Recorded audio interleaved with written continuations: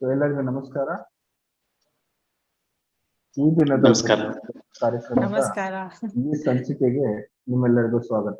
ರಾಜ್ಯಾದ್ಯಂತ ನಮ್ಮೊಟ್ಟಿಗೆ ಈ ಸಂಚಿಕೆಗೆ ಸೇರಿರುವಂತ ಎಲ್ಲ ವಿದ್ಯಾರ್ಥಿ ಮಿತ್ರರಿಗೂ, ಶಿಕ್ಷಕರಿಗೂ ಮತ್ತೆ ಪೋಷಕರಿಗೂ ವೃತ್ತಿದರ್ಶಿ ಕಾರ್ಯಕ್ರಮದ ಭಾಷೆಗಳು, ಸಂವಹನ ಮತ್ತು ವಿನ್ಯಾಸ ಕ್ಷೇತ್ರದಲ್ಲಿ ವೃತ್ತಿಗಳು ಅನ್ನುವಂತಹ ಈ ಒಂದು ವಿಷಯದ ಬಗ್ಗೆ ಒಂದು ಚರ್ಚೆ, ಒಂದು ಮಾಹಿತಿ, ಒಂದು ಅನುಭವ ಹಂಚಿಕೆಗೆ ತಮ್ಮೆಲ್ಲರಿಗೂ ಸ್ವಾಗತ.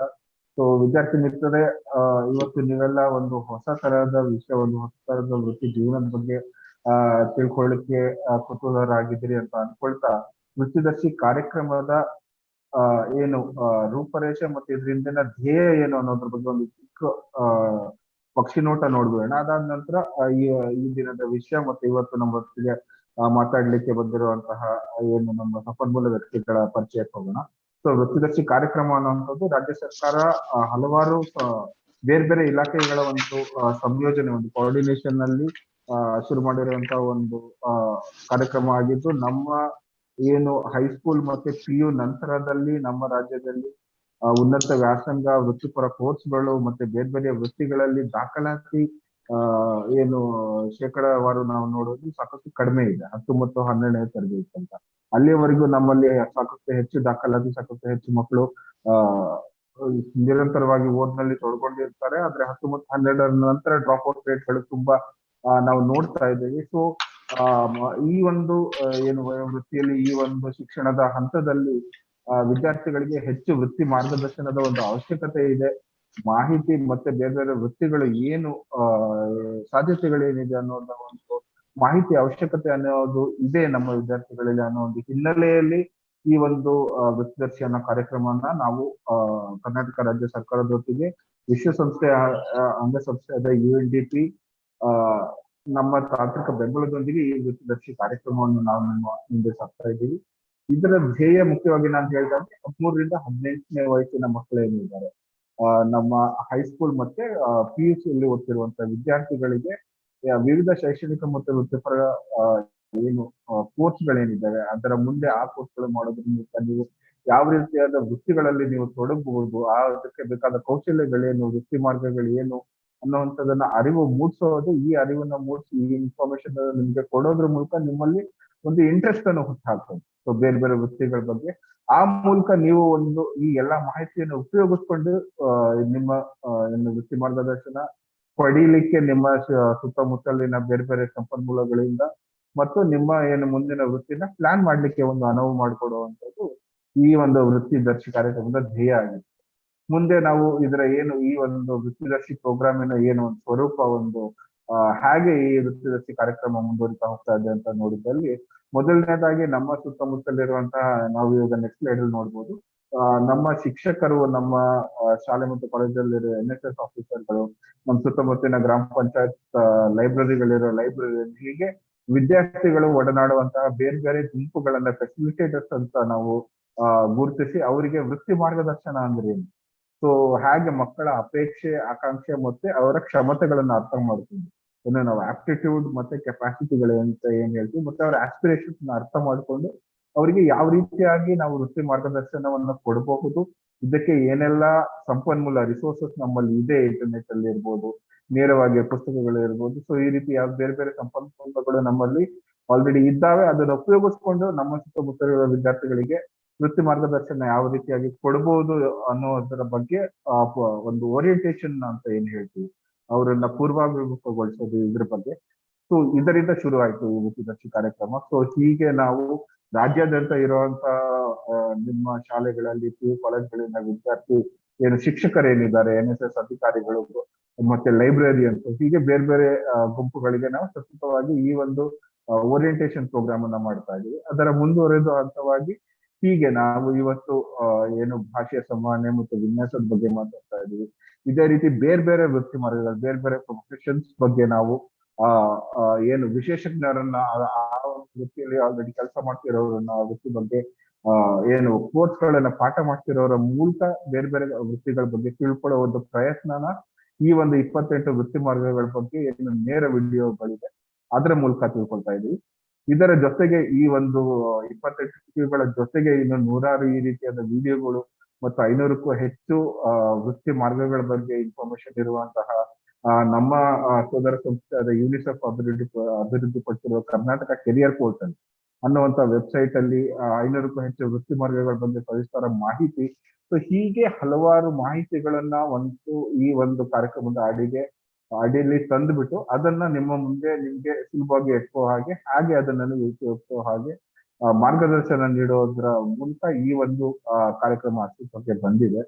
ಸೊ ಮುಂದೆ ಈ ಏನು ಕರ್ನಾಟಕ ಕೆರಿಯರ್ ಪೋರ್ಟಲ್ ಬಗ್ಗೆ ಹೇಳಿದೆ, ಇದಲ್ಲದೆ ನಮ್ಮ ಏನು ಕರ್ನಾಟಕ ಸರ್ಕಾರದ ಯೋಜನಾ ಸಬಲೀಕರಣ ಮತ್ತು ಕ್ರೀಡಾ ಇಲಾಖೆ ವತಿಯಿಂದ ಯುವ ಸಹಾಯವಾಣಿ ಅನ್ನುವಂತ ಒಂದು ಟೋಲ್ ಫ್ರೀ ಹೆಲ್ಪ್ ಲೈನ್ ಕೂಡ ಲಭ್ಯ ಇದೆ. ಸೊ ಅದಕ್ಕೆ ನೀವು ಕಾಲ್ ಮಾಡೋ ಮೂಲಕ ವಿದ್ಯೆ ಇರ್ಬೋದು, ಉದ್ಯೋಗ ಆಪರ್ಚುನಿಟೀಸ್, ಎಂಪ್ಲಾಯ್ಮೆಂಟ್ ಆಪರ್ಚುನಿಟೀಸ್, ಆಪ್ತ ಸಮಾಲೋಚನೆ, ನೀವು ಯಾವುದೇ ವಿಷಯದ ಬಗ್ಗೆ ಮಾತಾಡೋಕೆ ಒಂದು ಆಪ್ತ ಸಮಾಲೋಚಕರು ಬೇಕು ಅಂದಲ್ಲಿ ಅವರಿಗೆ ಕಾಲ್ ಮಾಡಬಹುದು. ಮತ್ತು ಈ ವೃತ್ತಿದರ್ಶಿ ಕಾರ್ಯಕ್ರಮದ ಬಗ್ಗೆ ನೀವು ಹೆಚ್ಚು ತಿಳ್ಕೊಬೇಕು, ಈ ವಿಡಿಯೋದಲ್ಲಿ ಏನ್ ಹೇಳಿದ್ರು ಎಕ್ಸ್ಪ್ಲೋರ್ ಮಾಡ್ಬೇಕು ಅಂದ್ರೆ ಈ ಒಂದು ಯುವ ಸಹಾಯವಾಣಿ ಕೂಡ ನೀವು ಕಾಲ್ ಮಾಡಬೇಕು. 155-266 111-265 ಈ ಒಂದು ಯೂತ್ ಹೆಲ್ಪ್ ಲೈನ್ ನಂಬರ್ ಆಗಿದೆ. ಸೊ ಇದಿಷ್ಟು ವೃತ್ತಿದರ್ಶಿ ಕಾರ್ಯಕ್ರಮದ ಬಗ್ಗೆ ಆಗಿದೆ.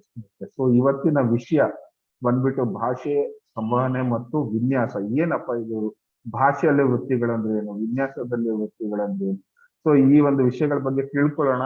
ಈ ಒಂದು ವಿಷಯಗಳ ಬಗ್ಗೆ ಮಾತಾಡ್ಲಿಕ್ಕೆ ನಮ್ಮೊಟ್ಟಿಗೆ ಇರುವಂತಹ ಏನು ವೃತ್ತಿಪರರಿದ್ದಾರೆ ಅವರ ಒಂದು ಪರಿಚಯದೊಟ್ಟಿಗೆ ಈ ಒಂದು ವಿಷಯವನ್ನು ಶುರು ಮಾಡೋಣ.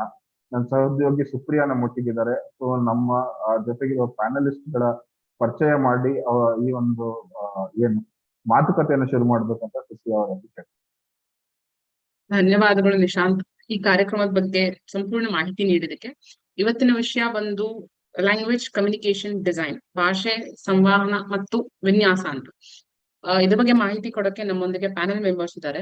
ಅವ್ರ ಬಗ್ಗೆ ಸಣ್ಣ ಮಾಹಿತಿ ನೀಡ್ತಾ ಮತ್ತೆ ಅವರು ನಮ್ಮ ಈ ಕಾರ್ಯಕ್ರಮನ ವೀಕ್ಷಿಸ್ತಿರೋ 12ನೇ ತರಗತಿ ಮಕ್ಕಳು, ಪೋಷಕರು ಮತ್ತೆ ಶಿಕ್ಷಕರನ್ನ ಸ್ವಾಗತಿಸ್ತೀನಿ. ಮೊದಲಿಗೆ ನಮ್ಮ ಪ್ಯಾನೆಲ್ ಮೆಂಬರ್ನ ವೆಲ್ಕಮ್ ಮಾಡ್ತೀನಿ. ಮೊದಲನೇ ಪ್ಯಾನೆಲ್ ಮೆಂಬರ್ ಬಂದು ಕುಮಾರ್ ಅಂತ. ಇವರು ಸೃಷ್ಟಿ ಮಣಿಪಾಲ್ ಇನ್ಸ್ಟಿಟ್ಯೂಟ್ ನಲ್ಲಿ ಅಸೋಸಿಯೇಟ್ ಡೀನ್ ಆಗಿ ವೃತ್ತಿ ಸೇವೆ ಸಲ್ಲಿಸ್ತಿದ್ದಾರೆ. ಮನೋವಿಜ್ಞಾನ ಮತ್ತು ಶಿಕ್ಷಣದಲ್ಲಿ ಆಸಕ್ತಿ ಹೊಂದಿರೋದ್ರಿಂದ ಇವರು MSc ಮಾಡ್ತಿದ್ದಾರೆ. ಇವಾಗ ಅವರು NID ಯಲ್ಲಿ ಜವಳಿ ಕೋರ್ಸ್ ನ ಕಲಿಸಿದ್ದಾರೆ. ಅವರು ಫೈಬರ್ ಮತ್ತೆ ಫ್ಯಾಬ್ರಿಕ್ ಡೆವಲಪ್ಮೆಂಟ್ ನಲ್ಲಿ ಬಲವಾದ ಹಿನ್ನೆಲೆ ಹೊಂದಿದ್ದಾರೆ. So welcome Kumar sir. So ನಮ್ಮ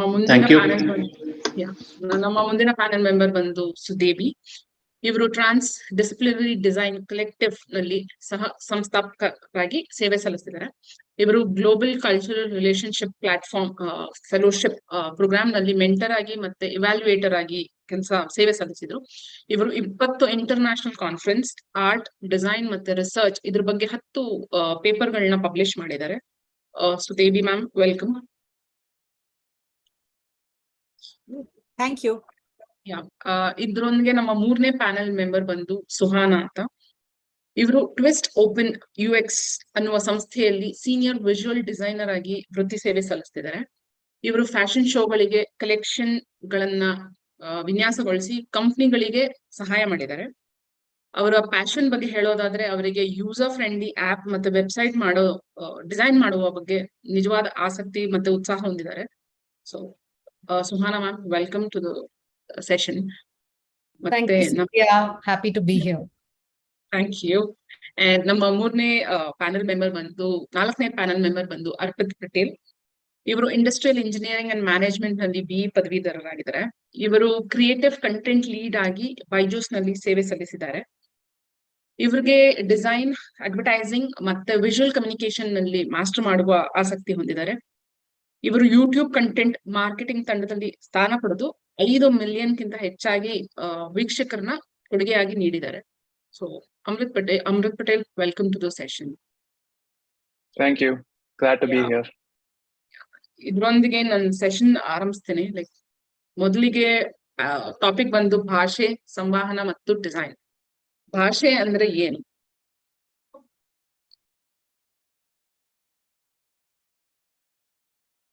ಭಾಷೆ ಇದ್ರ ಬಗ್ಗೆ ನಾನೇ ಹೇಳಿ. ಭಾಷೆ ಅನ್ನೋದು ನಾವ್ ಏನ್ ಮಾತಾಡ್ತೀವಿ ಅದನ್ನ ಭಾಷೆ ಅಂತಾರೆ. ಇದರಲ್ಲಿ ತುಂಬಾ ತರ ಭಾಷೆಗಳಿದೆ. ಅದರಲ್ಲಿ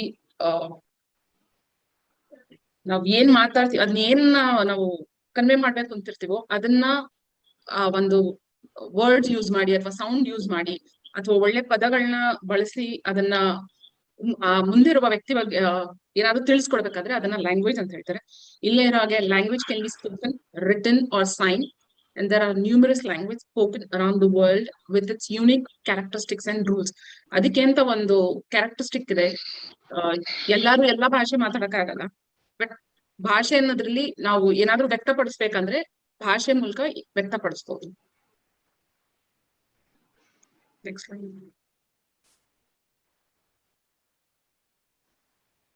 Amrit, communication, what is communication as per you? Communication is our ability to transfer ideas. If we were to go back in history and look at the first human beings, say the Homo erectus, they did not have language, they did not communicate. That's why they weren't able to survive. But then came Homo sapiens. They came with language. They were able to communicate ideas. They were able to conquer places. That is what made it possible for them to spread over the world. And that's why we are the leading species on the planet, because we are able to communicate our ideas. We're able to communicate our feelings. We're able to say what's on our mind. So I believe that communication is just an interface for us to bring what's in here out into the world. ಹೇಳೋದಾದ್ರೆ communication ಅಂದ್ರೆ ಭಾಷೆ ಇಲ್ಲದೆ communication ಅಲ್ಲ. So communication ಅಂದ್ರೆ ಇಬ್ರು ವ್ಯಕ್ತಿ ಮಾತಾಡುವ ಇದನ್ನ ಕಮ್ಯುನಿಕೇಶನ್ ಅಂತಾರೆ. So what is design? Sudebi ma'am, what would be design?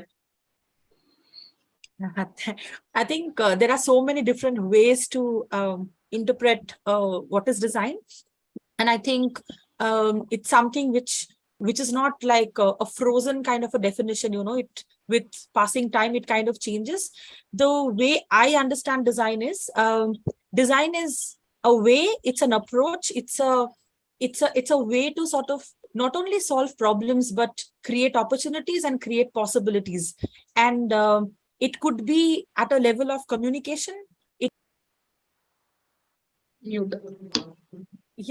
There may be an issue and you're trying to solve that through design, but it is also a different way to look at the world.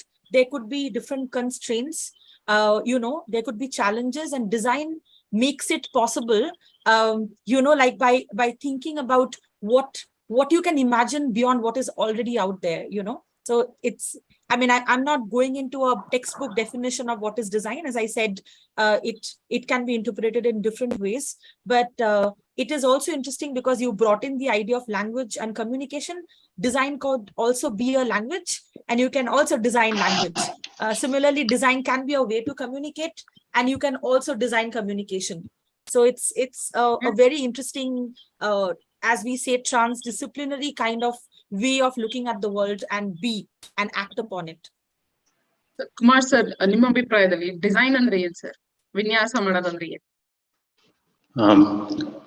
Design ಬಂದ್ಬಿಟ್ಟು ನಮ್ಮ ಜೀವನದಲ್ಲಿ ಎಲ್ಲಾ ವಿಷಯದಲ್ಲೂ ಬರುತ್ತೆ. ಮುಂಚೆ ನಮ್ design ಅಂತಂದ್ರೆ ನಾವು ಬರೀ ಫ್ಯಾಬ್ರಿಕ್ ಡಿಸೈನ್ ಇಲ್ಲ ಫ್ಯಾಷನ್ ಡಿಸೈನ್ ಅಂತ ಅನ್ಕೊಂಡಿದ್ವಿ. ಈಗ ನಮ್ಮ ಒಂದೊಂದು ಕೆಲಸದಲ್ಲೂ ನಮ್ಮ ಬಟ್ಟೆ ಆಗ್ಲಿ, ನಮ್ಮ ವಾಹನ ಆಗ್ಲಿ, ನಮ್ಮ ಪೆನ್ ಆಗ್ಲಿ, ಪೇಪರ್ ಆಗ್ಲಿ, ಪೆನ್ಸಿಲ್ ಆಗ್ಲಿ, ಇಲ್ಲ ನಮ್ಮ ಕಮ್ಯುನಿಕೇಶನ್ ಇರ್ಲಿ, ಇಲ್ಲ ನಾವು ಉಪಯೋಗಿಸೋ ಒಂದೊಂದು ವಸ್ತುಲು ಡಿಸೈನ್ ಇದೆ. ಅಂದ್ರೆ ಡಿಸೈನ್ ಬರೀ ಆಬ್ಜೆಕ್ಟ್ಸ್ ಅಲ್ಲಿ ಇದೆ ಅಂತ ಹೇಳಕ್ಕಾಗಲ್ಲ. ಡಿಸೈನ್ ಬಂದ್ಬಿಟ್ಟು ನಾನ್ ಆಬ್ಜೆಕ್ಟ್ಸ್ ಅಲ್ಲೂ ಇರುತ್ತೆ. ಅಂದ್ರೆ ನಮ್ಮ ವಿಷಯಗಳಲ್ಲಿ ಇರುತ್ತೆ, ನಮ್ಮ ಇಮ್ಯಾಜಿನೇಷನ್ ಅಲ್ಲಿ ಇರುತ್ತೆ, ಹೇಗೆ ನಮ್ಮ ಜೀವನ ನಡ್ಸ್ಕೊಂಡು ಹೋಗ್ಬೇಕು ಅನ್ನೋದ್ರಲ್ಲೂ ಒಂದು ಡಿಸೈನ್ ಇದೆ. ಡಿಸೈನ್ ಬಂದ್ಬಿಟ್ಟು ಪಾರ್ಟ್ ಆಫ್ ಅವರ್ ಲೈಫ್ ಅಂತ. ಇಟ್ಸ್ ನಾಟ್ ಸಮಥಿಂಗ್ ಸ್ಪೆಸಿಫೈಡ್ ಆಗಿ ಹೇಳಕ್ಕಾಗಲ್ಲ. ಡಿಸೈನ್ ಎಲ್ಲ ವಿಷಯಕ್ಕೂ ಸೇರುತ್ತೆ. Thank you. ಸರ್, ಇದಕ್ಕೆ qualification, Suhana ma'am, what is the qualification? Design ಮಾಡ್ಬೇಕಂದ್ರೆ ಏನ್ ಕ್ವಾಲಿಫಿಕೇಶನ್ ಆಗಿರ್ಬೇಕು? Namaskara everyone. Thank you for this opportunity. Design tumba broad area. ಅದರಲ್ಲಿ ಸ್ಪೆಷಲೈಸೇಷನ್ ಮಾಡ್ಬೇಕಂದ್ರೆ ಸ್ವಲ್ಪ ರಿಸರ್ಚ್ ಮಾಡ್ಬೇಕಾಗುತ್ತೆ. ಅಂಡ್ ಯು ಕೆನಾಟ್ ಪುಟ್ ಒಂದೇ ದಾರಿ ಇಲ್ಲ ಡಿಸೈನಿಗೆ. ಸ್ವಲ್ಪ ನಮ್ ಇಂಟ್ರೆಸ್ಟ್ ನೋಡ್ಬಿಟ್ಟು ಯಾವ ಲೈನ್ ನಮ್ಗೆ ಸೂಟ್ ಆಗುತ್ತೆ, ಯಾವ್ದ್ರಲ್ಲಿ ತುಂಬಾ ಪಾಸಿಬಿಲಿಟೀಸ್ ಇದೆ, ಅರ್ನಿಂಗ್ಸ್ ಇದೆ, ಅದು ನೋಡ್ಕೊಂಡು ನಾವು ಸೆಲೆಕ್ಟ್ ಮಾಡ್ಬೇಕು. ಸೊ ಇದು ಇವಾಗ ಈ ಸ್ಲೈಡ್ ಅಲ್ಲಿ 12th ಪಾಸ್ ಆದ್ಮೇಲೆ ಮಾರ್ಕ್ಸ್, ಡ್ಯೂರೇಷನ್ ಎಲ್ಲ ಬರ್ದಿದೆ. ಆದ್ರೆ ನಾನ್ ಸ್ವಲ್ಪ ಬೇರೆ ಬಗ್ಗೆ ಮಾತಾಡ್ತೀನಿ. ಡಿಸೈನ್ ಅಲ್ಲಿ ಫಸ್ಟ್ ಇಂಟ್ರೆಸ್ಟ್ ಇರ್ಬೇಕು. ಇಂಟ್ರೆಸ್ಟ್ ಇದ್ರೆ ಫಾರ್ ಕಲರ್, ಬಣ್ಣಗಳು, ಶೇಪ್ಸ್, ಐಡಿಯಾಸ್, ಸಿಸ್ಟಮ್ಸ್, ಅದಕ್ಕೆ ಸ್ವಲ್ಪ ಇಂಟ್ರೆಸ್ಟ್ ಇದ್ರೆ ಈ ಲೈನ್ ಪರ್ಸ್ಯೂ ಮಾಡ್ಬೋದು. For that there are 2 types of design. 2 ತರ ಡಿಸೈನ್ ಇದೆ. ವಸ್ತುಗಳು ಡಿಸೈನ್ ಮಾಡೋದು, ದಟ್ ಇಸ್ ಫಿಸಿಕಲ್, ಬಟ್ಟೆ, ಫ್ಯಾಷನ್, ಪ್ರಾಡಕ್ಟ್, ಅದೆಲ್ಲ ಡಿಸೈನ್ ಮಾಡಕ್ಕೆ. ಆನ್ ದ ಅದರ್ ಸೈಡ್ ಇನ್ನೊಂದ್ ತರ ಡಿಸೈನ್ ಅಂದ್ರೆ ಡಿಜಿಟಲ್, ಅಂದ್ರೆ ನಮ್ಗೆ ಮುಟ್ಟಕ್ಕಾಗಲ್ಲ, ಸ್ಕ್ರೀನ್ ಅಲ್ಲಿ ನೋಡ್ಬೋದು. ಸಿಸ್ಟಮ್ಸ್ ನಮ್ಗೆ ಮುಟ್ಟಕ್ಕಾಗಲ್ಲ, ಆದ್ರೆ ಹೇಗೆ ಒಂದು ವರ್ಕ್ ಆಗ್ತದೆ ಆ ಸಿಸ್ಟಮ್ದು ಪ್ಲಾನಿಂಗು ಮಾಡ್ಬೋದು, ಅದನ್ನು ಡಿಸೈನ್. ಸೊ ನಮ್ ಇಂಟ್ರೆಸ್ಟ್ ನೋಡ್ಕೊಂಡು ಡಿಸೈನ್ ಸೆಲೆಕ್ಟ್ ಮಾಡ್ಬೋದು. ನಾವು ವಸ್ತುಗಳು ಡಿಸೈನ್ ಚೂಸ್ ಮಾಡ್ಬೇಕಂದ್ರೆ ಹಾರ್ಡ್ ಕೋರ್ ಡಿಗ್ರಿ ಇದೆ, ಕೋರ್ಸಸ್ ಇದೆ. ನಮ್ಗೆ ಸೈನ್ ಅಪ್ ಮಾಡ್ಬೇಕು, ಕೋರ್ಸ್ ಡಿಗ್ರಿ ಕಂಪ್ಲೀಟ್ ಮಾಡ್ಬೇಕು, ಟೆಸ್ಟ್ಸ್ ಇರುತ್ತೆ ಪಾಸ್ ಮಾಡಕ್ಕೆ. ಅದು ಪಾಸ್ ಮಾಡಿದ್ರೆ ನಿಮ್ಗೆ ಕೋರ್ಸಿಗೆ ಅಪ್ರೂವಲ್ ಆಗುತ್ತೆ. ಸೊ ಅದು 1 type of line of study. ನಾವು ಡಿಜಿಟಲ್ ಅಲ್ಲೂ ತುಂಬಾ ಕೋರ್ಸಸ್ ಫ್ರೀ ಆಗಿ ಯೂಟ್ಯೂಬ್ ಅಲ್ಲಿ ಸಿಗುತ್ತೆ, ತುಂಬಾ ರಿಸೋರ್ಸಸ್ ಫ್ರೀ ಆಗಿರುತ್ತೆ. ಕಾಲೇಜಿಗೂ ಹೋಗ್ಬಹುದು, but you can also do a lot of courses that are free and available. And ಈ ಟೆಕ್ನಿಕಲ್ ಡಿಜಿಟಲ್ ಕೋರ್ಸಸ್ ನೋಡ್ಕೊಂಡು ನಾವು ಎಲ್ಲರೂ ಕಲಿಬಹುದು. ಸೊ ಏನ್ ಇಂಪಾರ್ಟೆಂಟ್ ಡಿಸೈನ್ ಅಲ್ಲಿ ಪೋರ್ಟ್ಫೋಲಿಯೋ ಇರ್ಬೇಕು, ಫಸ್ಟ್ ಇಂಟ್ರೆಸ್ಟ್ ಇರ್ಬೇಕು, ಮತ್ತೆ ರಿಸರ್ಚ್ ಮಾಡ್ಬಿಟ್ಟು ಬೇರೆ ಜನ ಜೊತೆ ಮಾತಾಡ್ಕೊಂಡು ಅರ್ಥ ಮಾಡ್ಬೇಕು. ಈ ಲೈನ್ ಏನಿದೆ ಫುಲ್ ಅಂಡರ್ಸ್ಟ್ಯಾಂಡಿಂಗ್ ಇರ್ಬೇಕು. ಆ ಅಂಡರ್ಸ್ಟ್ಯಾಂಡಿಂಗ್ ಆಗಿದ್ರೆ ಒಂದು ಪೋರ್ಟ್ಫೋಲಿಯೋ ಬಿಲ್ಡ್ ಮಾಡ್ಬೇಕು. ಆ ಪೋರ್ಟ್ಫೋಲಿಯೋ ಏನಂದ್ರೆ ನಮ್ದು ಎಂಪ್ಲಾಯರ್ ಇಲ್ಲಾದ್ರೆ ಕಾಲೇಜಿಗೆ ಅವ್ರಿಗೆ ಏನ್ ನೋಡ್ಬೇಕು ಅದು ನಾವು ಪ್ರಿಪೇರ್ ಮಾಡ್ಬೇಕು, ನಮ್ ಇಂಟ್ರೆಸ್ಟ್ ತೋರ್ಸಕ್ಕೆ. So portfolio is very important design ಅಲ್ಲಿ. ಅದು ಆನ್ಲೈನ್ ಅಲ್ಲಿ ತುಂಬಾ ರಿಸೋರ್ಸಸ್ ಇದೆ ನೋಡಕ್ಕೆ, ಕಲಿಯಲಿಕ್ಕೆ. And you can go to colleges like Srishti where you can learn as well. But what is important is interest ಇರ್ಬೇಕು ಈ ಸಬ್ಜೆಕ್ಟ್ ಅಲ್ಲಿ. ಇಂಟ್ರೆಸ್ಟ್ ಇದ್ರೆ ತುಂಬಾ sorry to interrupt Suhana, like ಇದಕ್ಕೆ ಬೇಸಿಕ್ ಆಗಿ 12th ಪಾಸ್ ಆಗಿರ್ಲೇಬೇಕು ವಿತ್ ಅಗ್ರಿಗೇಟ್ ಆಫ್ 50%, ಆರ್ 50 ಅಲ್ಲ 12th ಶಿಕ್ಷಣ ಪಡೆದೇ ಮುಂದಕ್ಕಂತೂ ಹೋಗಕ್ಕಾಗಲ್ಲ. ಸೊ 12th ಪಾಸ್ ಆಗಿ 50% ಅಂತೂ ಪಡೆದಿರ್ಬೇಕು. Yes. You have to finish your basic education to be eligible for design courses. Okay. Sir, ಇದು duration ಬಂದು ನಿಮ್ಮ ಅಭಿಪ್ರಾಯ ಸರ್, ಕುಮಾರ್ ಸರ್, ಎಷ್ಟೆಷ್ಟು ಡ್ಯೂರೇಷನ್? ಡ್ಯೂರೇಷನ್ ಬಂದ್ಬಿಟ್ಟು ವೊಕೇಶನಲ್ ಪ್ರೋಗ್ರಾಮ್ ಇದೆ, 3 ವರ್ಷದ ಡಿಗ್ರಿ ಪ್ರೋಗ್ರಾಮ್ ಇದೆ, ಇಲ್ಲ ಅಂದ್ರೆ 4 ವರ್ಷದ ಡಿಗ್ರಿ ಪ್ರೋಗ್ರಾಮ್ ಇದೆ. ಆದ್ರೆ ಈಗ ಕಾಲೇಜಸ್ ಏನ್ ಮಾಡ್ತಾ ಇದೆ, ಫಾರ್ ಎಕ್ಸಾಂಪಲ್ ವೊಕೇಶನಲ್ ಪ್ರೋಗ್ರಾಮ್ ಅಲ್ಲಿ 3 ವರ್ಷ ಡಿಗ್ರಿ ಪ್ರೋಗ್ರಾಮ್ ಇದೆ. ಆದ್ರೆ ನೀವು 1 ವರ್ಷ ಮಾಡಿ ಇಲ್ಲ 2ನೇ ವರ್ಷ ನೀವು ಡಿಸ್ಕಂಟಿನ್ಯೂ ಮಾಡಿ ಗ್ಯಾಪ್ ತಗೊಂಡು ತಿರ್ಗಾ ಪುನಃ ಬರ್ಬೋದು. ಈ 2 ವರ್ಷ ಬಿಟ್ರೆ ನಿಮ್ಗೆ ಒಂದು ಸರ್ಟಿಫಿಕೇಶನ್ ಅಂತ ಕೊಡ್ತಾರೆ. ಸೊ ಇದೆಲ್ಲ ಡಿಗ್ರಿ ಪ್ರೋಗ್ರಾಮ್ ಹೇಳ್ತಾ ಇದೀನಿ. ಡಿಪ್ಲೊಮಾನು ಇದೆ. ಡಿಪ್ಲೊಮಾ ನಾರ್ಮಲಿ 3 ವರ್ಷ, 2 ರಿಂದ 3 ವರ್ಷ ಇರುತ್ತೆ. ಸರ್ ಅದು ಡಿಸೈನ್ ಕೋರ್ಸ್ ಒಂದು 6 ತಿಂಗಳಿಂದ ಅದು ಇದ್ರ ಕೋರ್ಸ್ ಸರ್ ಇರೋದು, ಸರ್ಟಿಫಿಕೇಶನ್ ಕೋರ್ಸ್ ಅದೆಲ್ಲ ಸರ್ಟಿಫಿಕೇಶನ್ ಕೋರ್ಸಸ್ ಅದು. ಓಕೆ, ಬೇಸಿಕ್ ಆಗಿ 3 ವರ್ಷದಿಂದ 4 ವರ್ಷ. Correct madam. ಡಿಗ್ರಿ ಬೇಕು ಅಂದ್ರೆ 3 ವರ್ಷದಿಂದ 4 ವರ್ಷ ಮಾಡ್ಬೇಕು. Okay sir. ಓಕೆ ಸರ್, ಇದಕ್ಕೆ ಅಡ್ಮಿಷನ್ ಪ್ರೊಸೀಜರ್ ಅಂತ ಯಾವ ಎಕ್ಸಾಮ್ ಬರೀಬೇಕು ಸರ್? ಮೇನ್ಲಿ ಏನ್ ಬರೀಬೇಕು, ಒಂದು ನಮ್ಗೆ ಎಂಟ್ರೆನ್ಸ್ ಎಕ್ಸಾಮ್ ಬಂದ್ಬಿಟ್ಟು ಡಿಸೈನ್ ಕಾಲೇಜಸ್ಗೆ ಸಪರೇಟ್ ಕಾಲೇಜಸ್ಗೆ ಇವಾಗ ಅವ್ರವ್ರದೇ ಎಂಟ್ರೆನ್ಸ್ ಎಕ್ಸಾಮ್ ಮಾಡ್ತಾ ಇದ್ದಾರೆ. ಫಾರ್ ಎಕ್ಸಾಂಪಲ್ NID ಅವರು ಅವ್ರದೇ ಒಂದು ಎಕ್ಸಾಮ್ ಇರುತ್ತೆ, ಎಂಟ್ರೆನ್ಸ್ ಎಕ್ಸಾಮ್ ಅಂತ. ಸೃಷ್ಟಿಗೆ ಅವ್ರದೇ ಒಂದು ಎಕ್ಸಾಮ್ ಇರುತ್ತೆ. ಸೊ ಎಲ್ಲಾ ಕಾಲೇಜಸ್ ಅವ್ರವರೇ ಎಂಟ್ರೆನ್ಸ್ ಎಕ್ಸಾಮ್ ಇಟ್ಟಿದ್ದಾರೆ. ನಾವು ಮಿನಿಮಮ್ 50% ನಾವು 12th ಅಲ್ಲಿ ತಗೊಂಡು ಈ ಕಾಲೇಜಸ್ ಅಲ್ಲಿ ಅಪ್ಲೈ ಮಾಡಿ, ಆ ಕಾಲೇಜಸ್ ಅವರು ಡೇಟ್ ಕೊಟ್ಟು ಒಂದು ಎಕ್ಸಾಮ್ ಕೊಡ್ತಾರೆ. ಆ ಎಕ್ಸಾಮ್ ಪಾಸ್ ಆದ್ರೆ ಅವ್ರು ನಿಮ್ಗೆ ಸೀಟ್ ಕೊಡ್ತಾರೆ. ಸೊ ಎಲ್ಲಾ ಕಾಲೇಜಸ್ ಅವ್ರವ್ರದೇ ಎಂಟ್ರೆನ್ಸ್ ಎಕ್ಸಾಮ್ ಇದೆ. ಓಕೆ ಸರ್, ಇದು ಲ್ಯಾಂಗ್ವೇಜ್ ಬಗ್ಗೆ ಹೇಳೋದಾದ್ರೆ ಅದರಲ್ಲಿ 3 ಅಡ್ಮಿಷನ್ ಪ್ರೊಸೀಜರ್ ಇದೆ. ಬನಾರಸ್ ಹಿಂದೂ ಯೂನಿವರ್ಸಿಟಿ ಅವರು ಒಂದು ಎಂಟ್ರೆನ್ಸ್ ಎಕ್ಸಾಮ್ ಅವರು ಗ್ರಾಜುಯೇಟ್ ಮತ್ತೆ ಪೋಸ್ಟ್ ಗ್ರಾಜುಯೇಟ್ ಗೆ ಆಫರ್ ಮಾಡ್ತಾರೆ. ಅದೇ ರೀತಿ ಜವಾಹರ್ಲಾಲ್ ನೆಹರು ಯೂನಿವರ್ಸಿಟಿ ಅವರು ಒಂದು ಎಕ್ಸಾಮ್ ಇದೆ, ಇದು ಬಂದು ಲ್ಯಾಂಗ್ವೇಜ್ ಗೋಸ್ಕರ ಅಂತ. ಇನ್ನೊಂದು ಅಲಿಗಢ್ ಮುಸ್ಲಿಂ ಯೂನಿವರ್ಸಿಟಿ ಅವರು ಒಂದು ಎಂಟ್ರೆನ್ಸ್ ಎಕ್ಸಾಮ್ ಇಟ್ಟಿದ್ದಾರೆ, ಇದು ಲ್ಯಾಂಗ್ವೇಜ್ ಬಗ್ಗೆ ಬಂದು. ನೆಕ್ಸ್ಟ್ ಸ್ಲೈಡ್ ಬಂದು ಕಮ್ಯುನಿಕೇಶನ್ ಬಗ್ಗೆ, ಅದರಲ್ಲೂ 3 ಎಕ್ಸಾಮ್ಸ್ ಇದೆ. ಅದ್ರ ಬಗ್ಗೆ ಹೇಳೋದಾದ್ರೆ ಅರ್ಪಿತ್, ಇದ್ರ ಬಗ್ಗೆ ಕಮ್ಯುನಿಕೇಶನ್ ಎಂಟ್ರೆನ್ಸ್ ಎಕ್ಸಾಮ್ ಬಗ್ಗೆ ಹೇಳಕ್ಕಾಗತ್ತಾ? Unfortunately, I went a very unconventional route to end up as a communicator. I didn't actually go through these tests. Okay. So I studied engineering.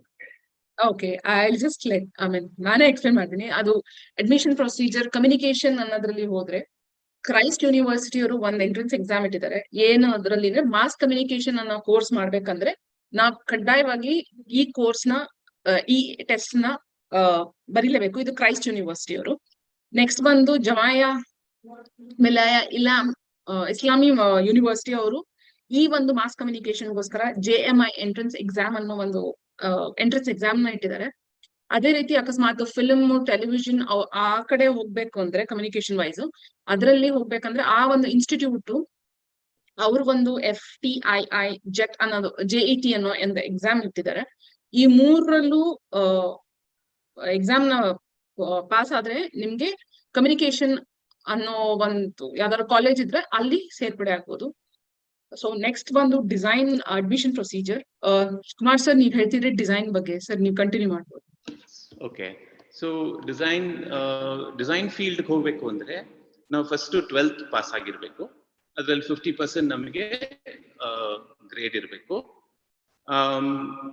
ಈಗ ನಾವು ಬೇರೆ ಬೇರೆ ಕಾಲೇಜಸ್ಗೆ ಅಪ್ಲೈ ಮಾಡಬೇಕು. ಇವಾಗ NIFT ಇದೆ, national institute of fashion technology, NID ಇದೆ, ಸೃಷ್ಟಿ ಇದೆ, ಇವ್ರಿಗಲ್ಲಿ MIT ಇದೆ. ಇವರೆಲ್ಲ ಅವ್ರವ್ರದೇ ಕಾಲೇಜ್ ಎಂಟ್ರೆನ್ಸ್ ಎಕ್ಸಾಮ್ ಇಟ್ಟಿದ್ದಾರೆ. ಸ್ವಲ್ಪ ಕಾಲೇಜಸ್ ಏನ್ ಮಾಡಿದ್ದಾರೆ, ಎಂಟ್ರೆನ್ಸ್ ಎಕ್ಸಾಮ್ ಆಗಿ ಪೋರ್ಟ್ಫೋಲಿಯೋನು ನೋಡ್ತಾರೆ. ಮಿಸ್ ಸುಹಾನ ಅವ್ರು ಹೇಳ್ದಂಗೆ ನೀವು ಒಂದು ಪೋರ್ಟ್ಫೋಲಿಯೋ ಬಿಲ್ಡ್ ಮಾಡಬೇಕು. ಪೋರ್ಟ್ಫೋಲಿಯೋ ಅಂತಂದ್ರೆ ನಿಮ್ಗೆ ಏನು ಇಂಟ್ರೆಸ್ಟ್ ಇದೆಯೋ ಆ ವಿಷಯದಲ್ಲಿ ನೀವೇನ್ ಕೆಲಸ ಮಾಡ್ತಾ ಇದೀರೋ ಅದನ್ನೆಲ್ಲ ಸೇರಿಸ್ಕೊಂಡು ಅದ್ರ ಬಗ್ಗೆ ಬರೆಯೋದು, ಅದ್ರ ಮೇಲೆ ಇನ್ನೂ ಸ್ವಲ್ಪ ಕೆಲಸ ಮಾಡೋದು, ಅದೆಲ್ಲ ಬಿಲ್ಡ್ ಮಾಡಿ ಒಂದು ಫೈಲ್ ಇಟ್ಕೊಬೇಕು ನೀವು. ಇದು ಪೋರ್ಟ್ಫೋಲಿಯೋ ಅಂತ ಹೇಳ್ತೀವಿ. ಅಂದ್ರೆ ನಿಮ್ಮ ಎಕ್ಸ್ಪ್ರೆಷನ್ಸ್ ಹೇಗೆ ನೀವು ಪ್ರೆಸೆಂಟ್ ಮಾಡ್ಬೇಕು ಅಂತ ಅನ್ಕೊಂತಿರೋ ಅದೇ ನಾವು ಪೋರ್ಟ್ಫೋಲಿಯೋ ಅಂತ ಹೇಳೋದು.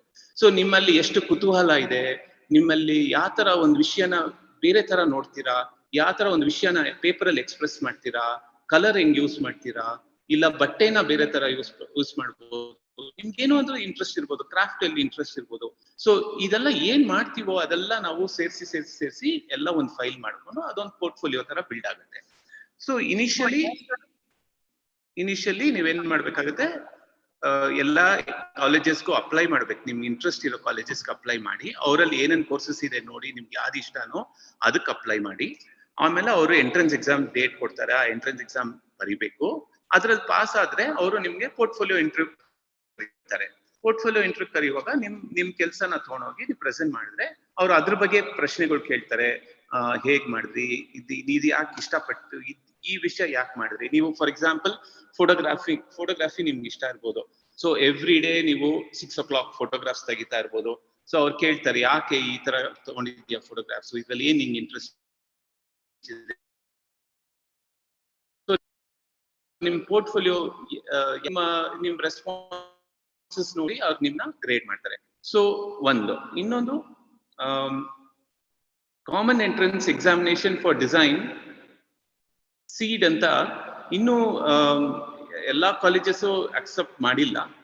ಬಟ್ ಮೆನಿ ಕಾಲೇಜಸ್ ಅಕ್ಸೆಪ್ಟ್ ಮಾಡಿದ್ದಾರೆ. ಸೊ ನೀವು ಅಲ್ಲೂ ಅಪ್ಲೈ ಮಾಡಿಕೊಂಡು ನೀವು ಡಿಸೈನ್ಗೆ ಅಂದ್ರೆ ಏನ್ ಮಾಡ್ತಾರೆ, ಒನ್ ಎಕ್ಸಾಮ್ಷನ್ಸ್ ಕೊಡ್ತಾರೆ ನಿಮ್ಗೆ. ಈ ತರ ನಾನು ಈ ಎಕ್ಸಾಮ್ ತಗೊಂಡಿದ್ದೀನಿ ಅಂತಂದ್ರೆ ಒಂದು ಎಕ್ಸಾಮ್ಷನ್ ಕೊಟ್ಟರೆ ಇನ್ನೊಂದು ಎಕ್ಸಾಮ್ ಅಲ್ಲಿ ಕೂರಿಸ್ಕೊಂತಾರೆ ನಿಮ್ನ. ಆಮೇಲೆ ಪೋರ್ಟ್ಫೋಲಿಯೋ ಒಂದೊಂದು ಕಾಲೇಜಲ್ಲಿ ಕಂಪಲ್ಸರಿ ಇದೆ, ಒಂದೊಂದು ಕಾಲೇಜಲ್ಲಿ ನೋಡಲ್ಲ. ಸೊ ಇದೆಲ್ಲ ಆದ್ಮೇಲೆ ನಿಮಗೆ ಒಂದು ಸೀಟ್ ಕೊಡ್ತಾರೆ. ಇದೇ procedure normally for design colleges. Okay sir, like course offer language ಅಲ್ಲಿ ಅಂತ ಬಂದ್ರೆ ಅದು ನೆಕ್ಸ್ಟ್ ಸ್ಲೈಡ್. ಕೋರ್ಸ್ ಏನೇನಿದೆ ಐ ಮೀನ್ ಲ್ಯಾಂಗ್ವೇಜ್ ಬಗ್ಗೆ ಮಾತಾಡೋದಾದ್ರೆ ಟ್ರಾನ್ಸ್ಲೇಟರ್ ಆಗಿದೆ, ಟ್ರಾನ್ಸ್ಲೇಷನ್ ಅಂತ ಇದೆ, problem solving and creative thinking ಇರಬೇಕು, ಫ್ರೆಂಚ್ ಮೀಡಿಯಾ ಸ್ಟಡೀಸ್ ಅಂತಿದೆ, ಮತ್ತೆ ಫಾರಿನ್ ಬಿಸ್ನೆಸ್ ಲ್ಯಾಂಗ್ವೇಜ್ ಅಂತ ಲ್ಯಾಂಗ್ವೇಜಸ್ ಅನ್ನೋ ಒಂದು ಟಾಪಿಕ್ ತಗೊಂಡ್ರೆ ಅದರಲ್ಲಿ ಕೋರ್ಸ್ ಆಫರ್ ಮಾಡಿರೋದು ಇಂಥವು. ಬೇಸಿಕಲಿ ಒಬ್ಬ ಮನುಷ್ಯ ಒಳ್ಳೆ ಭಾಷೆ ಮಾತಾಡ್ತಾನೆ ಅಂದ್ರೆ ಅವ್ನು ಏನ್ರಲ್ಲಿ ಪರಿಣಿತಿ ಇರ್ಬೇಕು ಅಂದ್ರೆ ಅವನು ಒಳ್ಳೆ ಓದೋದ್ರಲ್ಲಿ ಇರ್ಬೇಕು, ಒಳ್ಳೆ ಒಳ್ಳೆ ವಾಕ್ಚಾತುರ್ಯ ಇರ್ಬೇಕು, ಅವನ್ಗೆ ಬರವಣಿಗೆ ಚೆನ್ನಾಗಿರ್ಬೇಕು, ಅವನ್ಗೆ ಮುಂದೆ ಅವ್ರು ಏನ್ ಹೇಳ್ತಿದ್ದಾರೆ ಅದನ್ನ ಕೇಳುವಂತ, ಅದನ್ನ ಗ್ರಹಿಸುವಂತ ಶಕ್ತಿ ಇರ್ಬೇಕು. ಫಸ್ಟ್ ಒಳ್ಳೆ ಲಿಸನರ್ ಆಗಿರ್ಬೇಕು. ಇದು ಒಂದು ಲ್ಯಾಂಗ್ವೇಜಸ್ ಬಗ್ಗೆ ಹೇಳೋದಾದ್ರೆ. ಮತ್ತೆ ಇನ್ಸ್ಟಿಟ್ಯೂಷನ್ ಕರ್ನಾಟಕದಲ್ಲೇ ಇರಬೇಕು ಅಂದ್ರೆ ಯಾವ ಇನ್ಸ್ಟಿಟ್ಯೂಷನ್ ಇದೆ ಲ್ಯಾಂಗ್ವೇಜಸ್ ಅನ್ನೋ ಎಜುಕೇಶನ್ ಅಂದ್ರೆ ಬೆಂಗಳೂರು ಸಿಟಿ ಯೂನಿವರ್ಸಿಟಿ ಅವ್ರು ಇದ್ದಾರೆ. ಮತ್ತೆ ಫ್ರೆಂಚ್ ಕಲಿಬೇಕು ಅನ್ನೋರ್ಗೆ ಅಲಯನ್ಸ್ ಫ್ರಾಂಚೈಸಿಸ್ ಇದ್ದಾರೆ. ಆಮೇಲೆ ಸ್ಪ್ಯಾನಿಷ್ ಕಲಿಬೇಕು ಅಂದ್ರೆ ಇನ್ಸ್ಟಿಟ್ಯೂ ಹಿಸ್ಪಾನೋ ಅನ್ನೋದು ಇದೆ. ಅದೇ ರೀತಿ ಡಚ್ ಕಲಿಯಕ್ಕೆ ಅಥವಾ ಫಾರಿನ್ ಲ್ಯಾಂಗ್ವೇಜಸ್ ಕಲಿಯಕ್ಕೆ ಅಂತಾನೆ ಡಿಫ್ರೆಂಟ್ ಕಾಲೇಜಸ್ ಇದೆ. ಇದು ಕರ್ನಾಟಕದ ಬಗ್ಗೆ. ಇನ್ನ ಇಂಡಿಯಾದ್ರ ಬಗ್ಗೆ ಹೇಳೋದಾದ್ರೆ JMI ಅನ್ನೋದು ನ್ಯೂ ಡೆಲ್ಲಿಲಿದೆ, AMU ಅನ್ನೋದು ಅಲಿಗಢಲ್ಲಿದೆ, ಮುಂಬೈ ಯೂನಿವರ್ಸಿಟಿ. ಇನ್ ಇದೆಲ್ಲ ಲ್ಯಾಂಗ್ವೇಜ್ ಅನ್ನೋದು ಲ್ಯಾಂಗ್ವೇಜ್ ಎಜುಕೇಶನ್ ಅನ್ನೋ ಇನ್ಸ್ಟಿಟ್ಯೂಟ್ಸ್ ಬಗ್ಗೆ ಮಾತಾಡೋದಾದ್ರೆ ಇದಿರ್ತವೆ. ಇನ್ನು ಕರಿಯರ್ ಬಗ್ಗೆ ಮಾತಾಡೋದಾದ್ರೆ ಇದರಲ್ಲಿ ಫಾರಿನ್ ಲ್ಯಾಂಗ್ವೇಜ್ ಟ್ರೈನರ್ ಆಗ್ಬೋದು. ಅಕಸ್ಮಾತ್ ನಾನು ಒಳ್ಳೆ ಭಾಷೆ ಮಾತಾಡ್ತೀನಿ ಅಥವಾ ಎಲ್ಲಾ ಭಾಷೆನೂ ನಂಗೆ ಬರುತ್ತೆ ಅಂದ್ರೆ ಅವನು ಫಾರಿನ್ ಲ್ಯಾಂಗ್ವೇಜ್ ಟ್ರೈನರ್ ಆಗ್ಬೋದು. ಗವರ್ಮೆಂಟ್ಗೆ ಅವನು ಒಳ್ಳೆ ಟ್ರಾನ್ಸ್ಲೇಟರ್ ಆಗ್ಬೋದು. ಆಮೇಲೆ MNC ಅಥವಾ ಗವರ್ಮೆಂಟ್ ಆರ್ಗನೈಸೇಷನ್ಗೂ ಒಳ್ಳೆ ಟ್ರಾನ್ಸ್ಲೇಟರ್ ಆಗಿ ಅವ್ನು ಸೇವೆ ಸಲ್ಲಿಸಬಹುದು. ಸ್ಯಾಲರಿ ಬಂದು 3 ಲಕ್ಷದಿಂದ 8 ಲಕ್ಷದವರೆಗೂ ಅವ್ರಿಗೆ ಸ್ಯಾಲರಿ ರೇಂಜ್ ಅಂತ ಒಂದು ಎಕ್ಸಾಂಪಲ್ ಅಂತ ಕೊಟ್ಟಿರೋದು. ಇದು 3 ರಿಂದ 8 ಲಕ್ಷ 9 ಲಕ್ಷದವರೆಗೂ ಸ್ಯಾಲರಿ ಬರ್ಬೋದು. ಅದು ಅವರ ಎಷ್ಟು ವರ್ಷದ ಅನುಭವ ಇದೆ ಅಥವಾ ಅವ್ರ ಮಾತು ಹೇಗಾಡ್ತಾರೆ ಅನ್ನೋ ಆ ಬೇಸಿಸ್ ಮೇಲೆ ಈ ಸ್ಯಾಲರಿಯನ್ನ ಡಿಸ್ಪ್ಲೇ ಮಾಡೋದು. ಇದನ್ನ ಯಾವ ಕಂಪ್ನಿಗಳು ಇವ್ರನ್ನ ಒಳ್ಳೆ ಭಾಷೆ ಮಾತಾಡೋರು ಅಥವಾ ಒಳ್ಳೆ ಲ್ಯಾಂಗ್ವೇಜಿಸ್ಟಿಕ್ ಪರ್ಸನ್ ಹೈರ್ ಮಾಡ್ತಾರೆ ಅಂದ್ರೆ ministry of external affairs, food and agriculture organisation, ಮತ್ತೆ ರಿಸರ್ವ್ ಬ್ಯಾಂಕ್ ಆಫ್ ಇಂಡಿಯಾ ಅವ್ರು ಮಾಡ್ತಾರೆ, TCS ಅವ್ರು ಮಾಡ್ತಾರೆ. ಆಮೇಲೆ MNC ಕಂಪ್ನಿಗಳು ಎಲ್ಲಾರು ಒಳ್ಳೆ ಭಾಷೆ ಮತ್ತೆ ಎಲ್ಲಾ ಡಿಫ್ರೆಂಟ್ ಭಾಷೆ ಬರೋರ್ನ ಹೈರ್ ಮಾಡ್ತಿದ್ದಾರೆ. ಸೊ ಕಮ್ಯುನಿಕೇಶನ್ ಬಗ್ಗೆ ARPIT, what are the courses offered, ಯಾವ ಕೋರ್ಸ್ ಇದೆ communication language I mean communication ಬಗ್ಗೆ. ಅಂಡ್ ಬಿಫೋರ್ ದಟ್ ನಿಶಾಂತ್ ಅವ್ರಿಗೊಂದು ಪ್ರಶ್ನೆ ಇದೆ, ಹ್ಯಾಂಡ್ ರೈಸ್ ಮಾಡಿದ್ದಾರೆ. ನಿಶಾಂತ್. ಸೊ ಸಾಕಷ್ಟು ಲ್ಯಾಂಗ್ವೇಜ್ ಬಗ್ಗೆ ಮಾಹಿತಿ ತಿಳ್ಕೊಳ್ತಾ ಇದ್ವಿ. ಒಂದು ಏನಂದ್ರೆ ಪ್ರೊಫೆಸರ್ ಇವರು ಸುದೇಬಿ ಅವರು ಅವಾಗಲೇ ಮಾತಾಡ್ತಾ ಡಿಸೈನ್ ಬಗ್ಗೆ ಒಂದು ಇಂಟ್ರೊಡಕ್ಷನ್ ಕೊಡ್ತಾ ಒಂದೆರಡು ಮಾತು ಹೇಳಿದ್ರು. ಮತ್ತೆ ಪ್ರೊಫೆಸರ್ ಕುಮಾರ್ ಅವರು ಕೂಡ ಇದ್ರ ಬಗ್ಗೆ ಹೇಳಿದ್ರು. ಸೊ ಅಂದ್ರೆ ಈ ಡಿಸೈನ್ ಫೀಲ್ಡ್ ಅಲ್ಲಿ ವಿದ್ಯಾರ್ಥಿಗಳು ಒಂದು ಕೆರಿಯರ್ ರೂಪಿಸ್ಕೋಬೇಕು ಅಂತ ಆಸ್ಪೈರ್ ಮಾಡಿದ್ರೆ ಹೈಸ್ಕೂಲ್ ಲೆವೆಲ್ ಅಲ್ಲಿ, +2 ಲೆವೆಲ್ ಅಲ್ಲಿ ಯಾವ ರೀತಿಯಾದ, ಈಗ ಪೋರ್ಟ್ಫೋಲಿಯೋ ಬಗ್ಗೆ ಮಾತಾಡಿದ್ವಿ, developing a portfolio. So what are all the kind of like academic and non-academic activities a student can like look at to kind of like develop these skills or to kind of initiate the process of creating a portfolio? Because at a high school level or at the +2 level, the students might not even have a basic understanding of what portfolio is. So if you can like simply a more simplified version of what are the or a broken down version of what are the activities they can do, or what are the interests they can develop, or what are the things they can read up, even though design career ಅಲ್ಲಿ ಅವ್ರು aspire ಮಾಡ್ಬೇಕಂದ್ರೆ how they can start about thinking about developing a portfolio, ಅವರ ಒಂದು interest ನ ಅಥವಾ which part of design they want to work on. So ಈ ರೀತಿಯಾದ exploration students ಮಾಡ್ಲಿಕ್ಕೆ ಏನ್ ಮಾಡ್ಬೋದು? Sudebi, can you respond to this? Yeah, sure. I'll speak in English. So Yeah. I think the thing is, as Kumar was mentioning, and even Suhana earlier mentioned, there are different forms of design and different approaches to design. And because we are talking more in terms of how to get an entry into a design course, that is how we are talking about it. I think different universities and different institutes look into the idea of portfolio quite differently. So I would actually say that the idea of a portfolio has changed a bit in the last few years. Design is becoming more and more, I would say, popular in terms of people making choices to pursue design-based careers.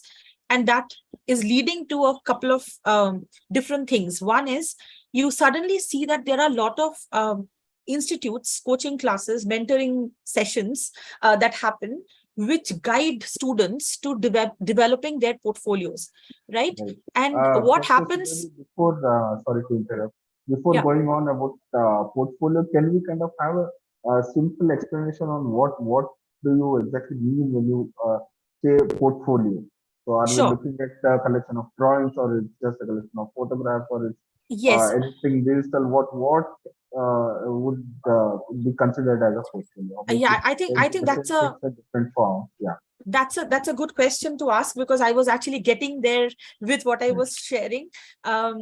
So I think portfolio typically, in a very simple way, is something which shows a practice of work or a body of work. And what goes into a portfolio is quite different. For some people, it could be a collection of work that they have made over a period of time, which they think are the best pieces of their work. That is how they define. So it could be a collection of, somebody might be very interested in doing drawings. They want to show that they can draw.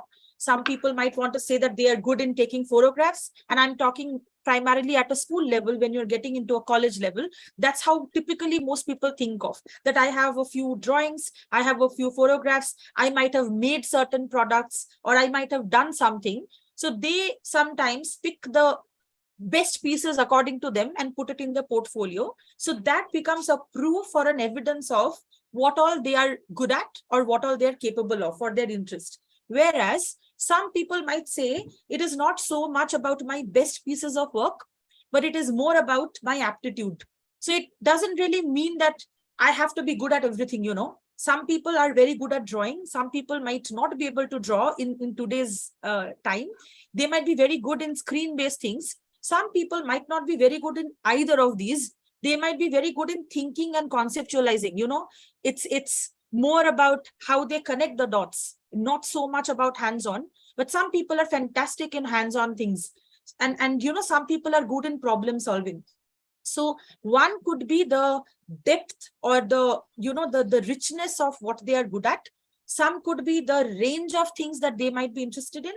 And some could be about showing their journey of design, how good they are in terms of learning new things, not so much about how skilled or how much expertise they already have. The reason I was talking about this is that if people go with typical ideas of portfolio, because some institutes look for it, many of their portfolios start looking very similar, because you will see that there are lots of drawings and lots of hands-on work and everything is looking ultimately the same. Whereas a lot of institutes these days, which also includes Srishti, which Kumar and I both come from, you would see that our entrance examination that we have, there is no particular question papers which are given out to students for them to exactly know what it will be looking like. We are more interested in figuring out what the aptitude of somebody is, how they think, how they make connections, what their interests are, as opposed to whether they are real experts in something or not. We believe that we are there in the next 3 to 4 years to actually develop somebody's interest, as opposed to only taking somebody who's already very good at like something in terms of showing on their portfolio. So I would actually recommend, if somebody wants to develop a portfolio, the starting point could be that they actually do a little bit of research look for which kind of design they want to go towards. Taking a thread from what Suhana was earlier talking about, she made it simpler in terms of talking about physical kind of design versus digital kind of design. And of course, there are a lot of conceptual, systemic kind of design as well. And for example, Srishti offers courses where it's neither just making nor just about digital, but it's about say systems design or service design or business design or learning design. So once you know what your interests are, which can change, you know, in a 3 to 4 year span, you might suddenly realize that things are connected. They may not just be a little box, and each kind of design is connected to another form of design. But to get an entry into it, based on your interest area, you can decide what can show in your body of work, what you're interested in, what you want to develop, and the fact that you have an interest in, or an inclination in developing a practice. That's what I would say. So let me summarize.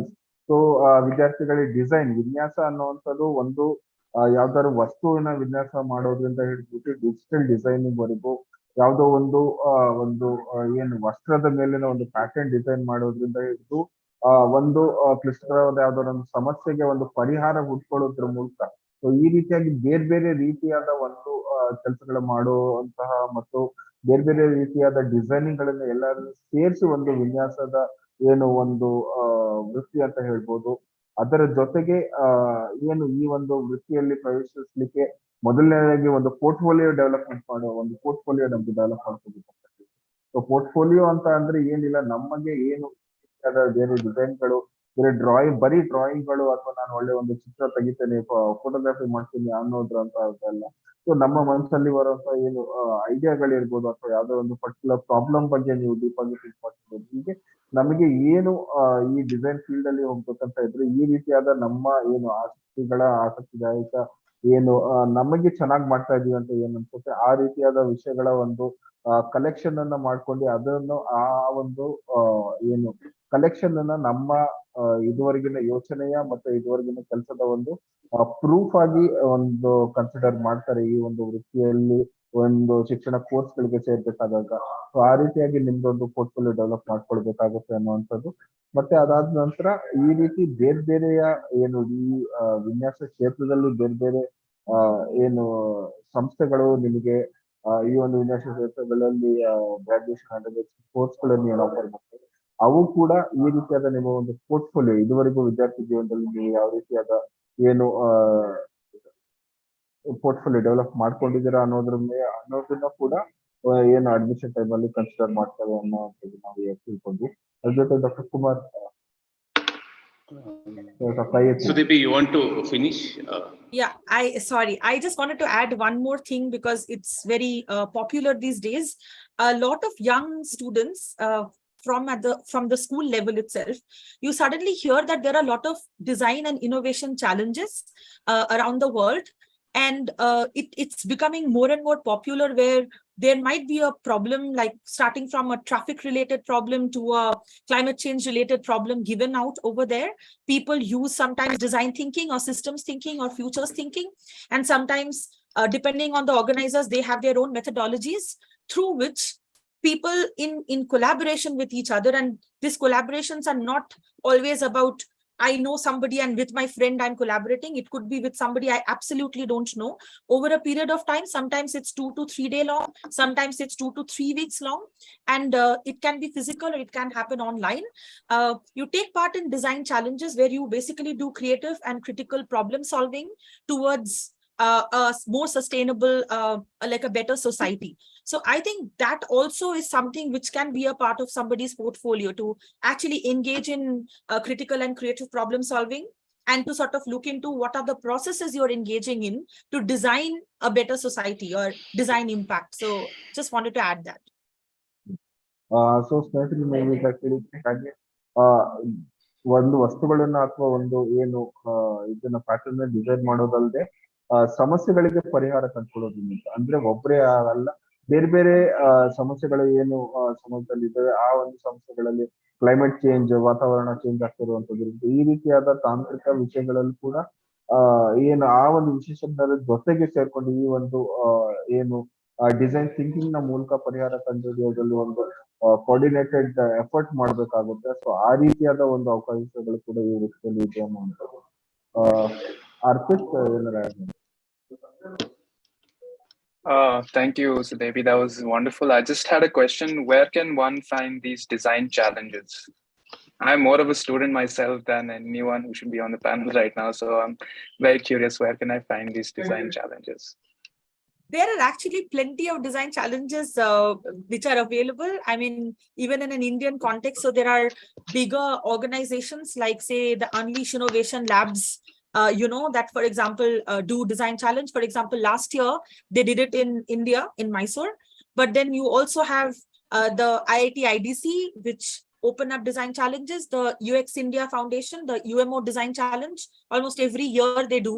And there are plenty of those, like just a few months back, there's a university in Bangalore, CMR University, through a design challenge. So I think almost every month I see tons of design challenges and innovation challenges. Then you have the IDEO Open Innovation Challenge. If you just keep your eyes open and look for it, there are lots of different platforms, both locally, regionally, like India-wise and globally, where these are possible. And some are open to even children. And like Stanford D-School Design Challenge actually happened for college level students. But you also have ones which are open for school children as well. So, yeah. Arpit, you could also look at hackathons. Those are very interesting spaces for you. So, portfolio ಬಗ್ಗೆ ಇನ್ನೊಂದು ಎರಡು ಮಾತಾಡಕ್ಕೆ ಇಷ್ಟಪಡ್ತೀನಿ.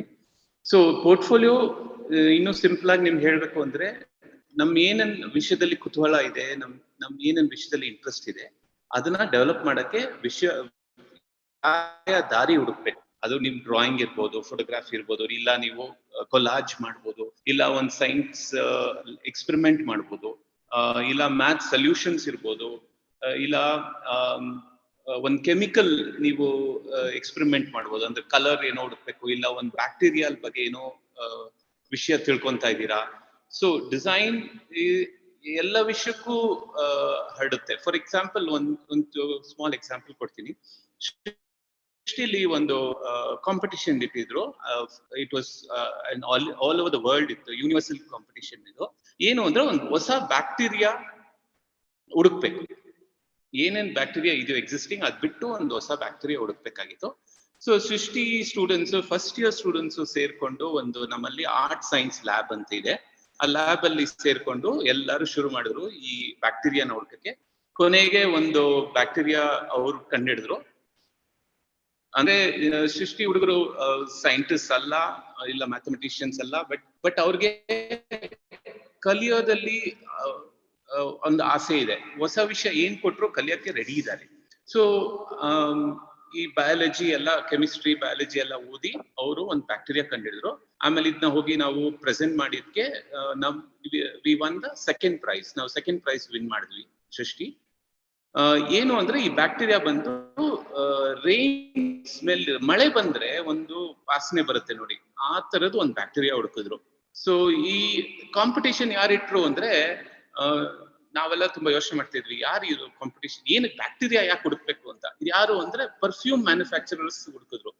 ಅವರು ಈ competition ನ ಎಲ್ಲರಿಗೂ ಕೇಳಿ ಎಲ್ಲ ವರ್ಲ್ಡ್ ಬೆಸ್ಟ್ ಯೂನಿವರ್ಸಿಟೀಸ್ ಪಾರ್ಟಿಸಿಪೇಟ್ ಮಾಡಿದ್ರು. ಅದ್ರಲ್ಲಿ ನಂಬರ್ 2 ಬಂದ್ವಿ ನಾವು. ಸೊ ಈ ತರ ನಿಮ್ ಪೋರ್ಟ್ಫೋಲಿಯೋಲಿ ಏನೇ ವಿಷಯ ನಿಮ್ಮಲ್ಲಿ ಒಂದ್ ಸ್ಪೆಷಲ್ ಆಗಿದೆ ಅಂತ ನಿಮ್ಗೆ ಅನ್ಸಿದ್ರೆ ಅದನ್ನ ಎಕ್ಸ್ಪ್ರೆಸ್ ಮಾಡ್ಬೇಕು. ಅದನ್ನ ಎಕ್ಸ್ಪ್ರೆಸ್ ಮಾಡಿ ನೀವು ಪೋರ್ಟ್ಫೋಲಿಯೋ ಪ್ರೆಸೆಂಟ್ ಮಾಡುವಾಗ ಅದನ್ನ ಜಸ್ಟಿಫೈ ಮಾಡ್ಬೇಕು.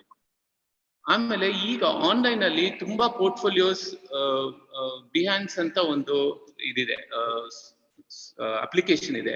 ಅಲ್ಲಿ ಹೋದ್ರೆ ನಿಮ್ಗೆ ಪೋರ್ಟ್ಫೋಲಿಯೋದ examples, pass design students portfolio ಇದೆ, ನಾನ್ ಡಿಸೈನರ್ಸ್ ಪೋರ್ಟ್ಫೋಲಿಯೋಸ್ ಇದೆ.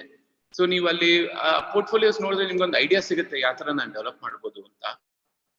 ಸೊ ಬೇಸಿಕಲಿ ನಿಮ್ಗೆ ಏನ್ ಇಷ್ಟ ಇದೆಯೋ, ಏನ್ ಇಂಟ್ರೆಸ್ಟ್ ಇದೆಯೋ ಅದನ್ನ ಡೆವಲಪ್ ಮಾಡಿ, ಅದೇ ನಿಮ್ ಪೋರ್ಟ್ಫೋಲಿಯೋ. ಒಂದೇ ಒಂದು ವಿಷಯ, ಲ್ಯಾಂಗ್ವೇಜ್ ಬಗ್ಗೆ ಒಂದೇ ಒಂದು ಸೇರ್ಸ್ಕೊಬೇಕು, ಹೇಳ್ಬೋದಾ ಈಗ, ಇಲ್ಲ ತಿರ್ಗಾ ಲ್ಯಾಂಗ್ವೇಜ್ ಬಗ್ಗೆ ಮಾತಾಡ್ತೀವ? ಇಲ್ಲ, ಇವಾಗ್ಲಿ. ಒಂದು ಆಪರ್ಚುನಿಟಿ ಲ್ಯಾಂಗ್ವೇಜ್ ಅಲ್ಲಿ ಇದೆ ಅಂದ್ರೆ ಟೂರಿಸ್ಟ್ ಗೈಡ್, ಇಲ್ಲ ಗೈಡ್ಸ್, ಇಲ್ಲ ಇಂಟರ್ಪ್ರಿಟರ್ಸ್ ಆಗಿ ಹೋಗ್ತಾರೆ. ಸೊ ಈ ಟೂರಿಸ್ಟ್ ಗೈಡ್ ಅನ್ನೋದು ತುಂಬಾ ಇಂಟ್ರೆಸ್ಟಿಂಗ್ ಜಾಬ್. ಸ್ವಲ್ಪ ಜನಕ್ಕೆ ಟ್ರಾವೆಲ್ ಮಾಡಕ್ಕೆ ಇಂಟ್ರೆಸ್ಟ್ ಇರುತ್ತೆ, ಹಿಸ್ಟ್ರಿನ ಸ್ಟಡಿ ಮಾಡಿ ಅದನ್ನ ಆರ್ಟಿಕ್ಯುಲೇಟ್ ಮಾಡಕ್ಕೆ ಇಷ್ಟಪಡ್ತಾರೆ. ಸೊ ಲ್ಯಾಂಗ್ವೇಜ್ ಚೆನ್ನಾಗಿ, ಫಾರಿನ್ ಲ್ಯಾಂಗ್ವೇಜ್ ಎಸ್ಪೆಷಲಿ ಗೊತ್ತಿದ್ರೆ ತುಂಬಾ ಜನ ಟೂರಿಸ್ಟ್ ಬರ್ತಾರೆ ನಮ್ಮ ದೇಶಕ್ಕೆ. ಅವ್ರನ್ನೆಲ್ಲ ಕರ್ಕೊಂಡೋಗಿ ನಮ್ಮ ಹಂಪಿ ಇಲ್ಲ ಬೇರೆ ಬೇರೆ ರಾಜ್ಯನ ತೋರಿಸಿ, ದೇವಸ್ಥಾನಗಳು ತೋರಿಸಿ ಅದ್ರ ಬಗ್ಗೆ ಎಕ್ಸ್ಪ್ಲೈನ್ ಮಾಡೋ ಕೆಪಾಸಿಟಿ ನಿಮ್ಗೆ ಬಿಲ್ಡ್ ಆದ್ರೆ ಅದೊಂದು ಒಳ್ಳೆ ಆಕ್ಯುಪೇಷನ್ ಸ್ಪೇಸ್ ಇದೆ as A language expert. Suhana ಅವರು ಈ ಒಂದು ಏನು ಪೋರ್ಟ್ಫೋಲಿಯೋ ಬಗ್ಗೆ ಮಾತಾಡ್ತಾ ಇದ್ವಿ, ಮತ್ತೆ ನನ್ನ ಪ್ರಶ್ನೆಗೆ ವಾಪಸ್ ಬರೋದಾದ್ರೆ ವಿದ್ಯಾರ್ಥಿಗಳು ಏನು ಹೈಸ್ಕೂಲ್ +2 ಮಟ್ಟದಲ್ಲಿ what can students do or things along which lines to kind of like prepare themselves for a design, for a career in design? So ಮಕ್ಕಳು ಏನ್ ಮಾಡ್ಬೋದು, ಯಾವ ರೀತಿ ಥಿಂಕ್ ಮಾಡ್ಬೋದು, ಯಾವ ರೀತಿ ಆಕ್ಟಿವಿಟೀಸ್ ಮಾಡ್ಬೋದು ಈ ಒಂದು ಡಿಸೈನ್ ಫೀಲ್ಡ್ ಅಲ್ಲಿ ಒಂದು ಕೆರಿಯರ್ ಇದೆ ಬರಲಿಕ್ಕೆ? Could you repeat that again, Nishant? ಇನ್ನೊಂದ್ಸತಿ repeat ಮಾಡ್ತೀರಾ? ಸೊ ಇವಾಗ ನಾವು ಏನು ಹೈಸ್ಕೂಲ್ ಮತ್ತೆ +2 ಮಕ್ಕಳನ್ನ ಉದ್ದೇಶಿಸಿ ಮಾತಾಡ್ತಾ ಇದ್ದೀವಿ, ಅವ್ರ ಜೊತೆ ಮಾತಾಡ್ತಾ ಇದ್ದೀವಿ. ಸೊ ಒಂದು ಡಿಸೈನ್ ಕೆರಿಯರ್ ಅಲ್ಲಿ ಅವರು if they have to aspire, so ಯಾವ ರೀತಿಯಾದ ಅವರು ಆಕ್ಟಿವಿಟೀಸ್ ಮಾಡ್ಬೋದು, ಅಥವಾ ಯಾವ ರೀತಿ ಸ್ಕಿಲ್ ಸೆಟ್ಸ್ ಅವರು ಡೆವಲಪ್ ಮಾಡ್ಕೋಬೇಕಾಗುತ್ತೆ, ಅಥವಾ ಯಾವ ರೀತಿ ಇಂಟ್ರೆಸ್ಟ್ ಡೆವಲಪ್ ಮಾಡ್ಕೋಬೇಕಾಗುತ್ತೆ? How can they prepare themselves, or how can they kind of become more interested in this? And mainly ಅವರ ತಯಾರಿ ಯಾವ ರೀತಿ ಇರಬೇಕು, ಮತ್ತೆ ಯಾವ ರೀತಿಯಾದ ಏನು ವಿಷಯಗಳ ಬಗ್ಗೆ ಅವರು ಹೆಚ್ಚು ಎಕ್ಸ್ಪ್ಲೋರ್ ಮಾಡಬೇಕು?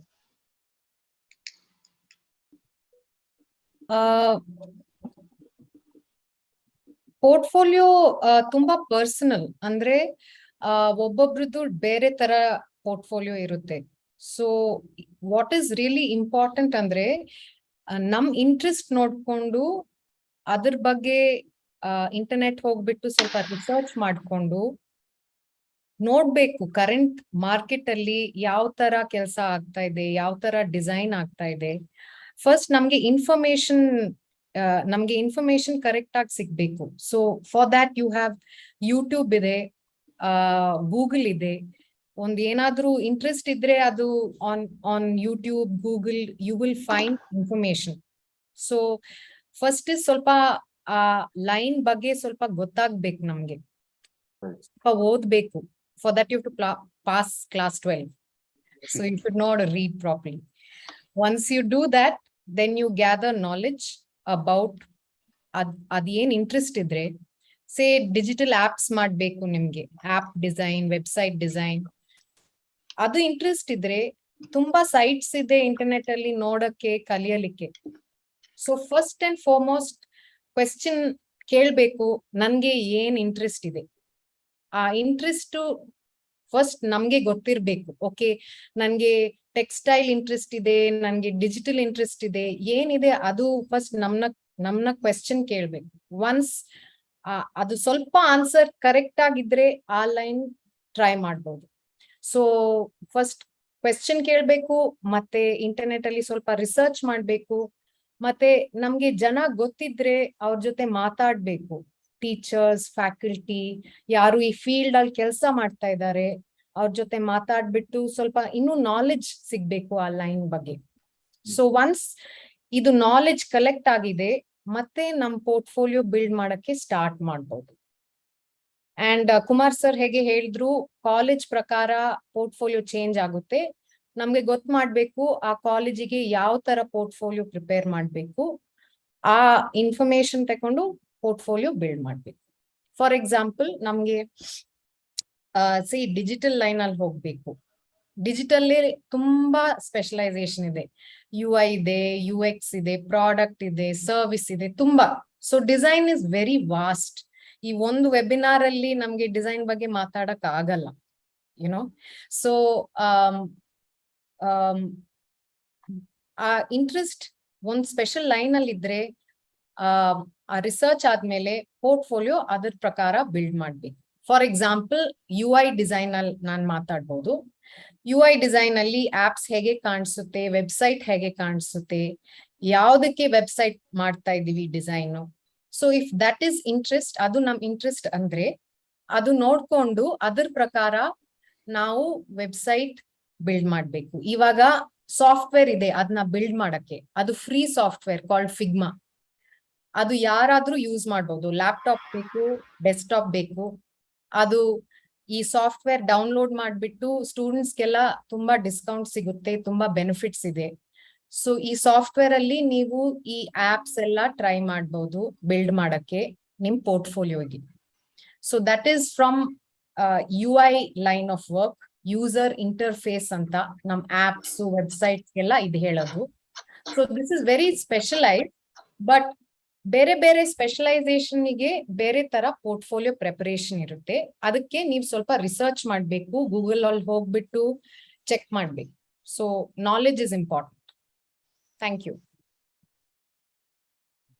ಸೊ ನೆಕ್ಸ್ಟ್ ಅರ್ಪಿತ್ ಅವರೇ, so as a communication professional, ಇವಾಗ ಸ್ಟೂಡೆಂಟ್ಸ್ ಯಾವ ರೀತಿ, so you said that you took a very unconventional way to be in communication profession. ಇವಾಗ ನೀವು ಇಂಜಿನಿಯರಿಂಗ್ ಮಾಡಿ you have entered the communication profession. So as per your experience, what should be the students focus to kind of like become a communication professional? ತಾವು engineering ಮಾಡಿದ್ದೀರಾ, ಆದ್ರೆ +2 level ಅಲ್ಲಿ what they should focus on? So I studied engineering, and then I decided that I didn't want to do anything related to engineering. Fortunately, I got pushed into a creative line, and I started off as a writer.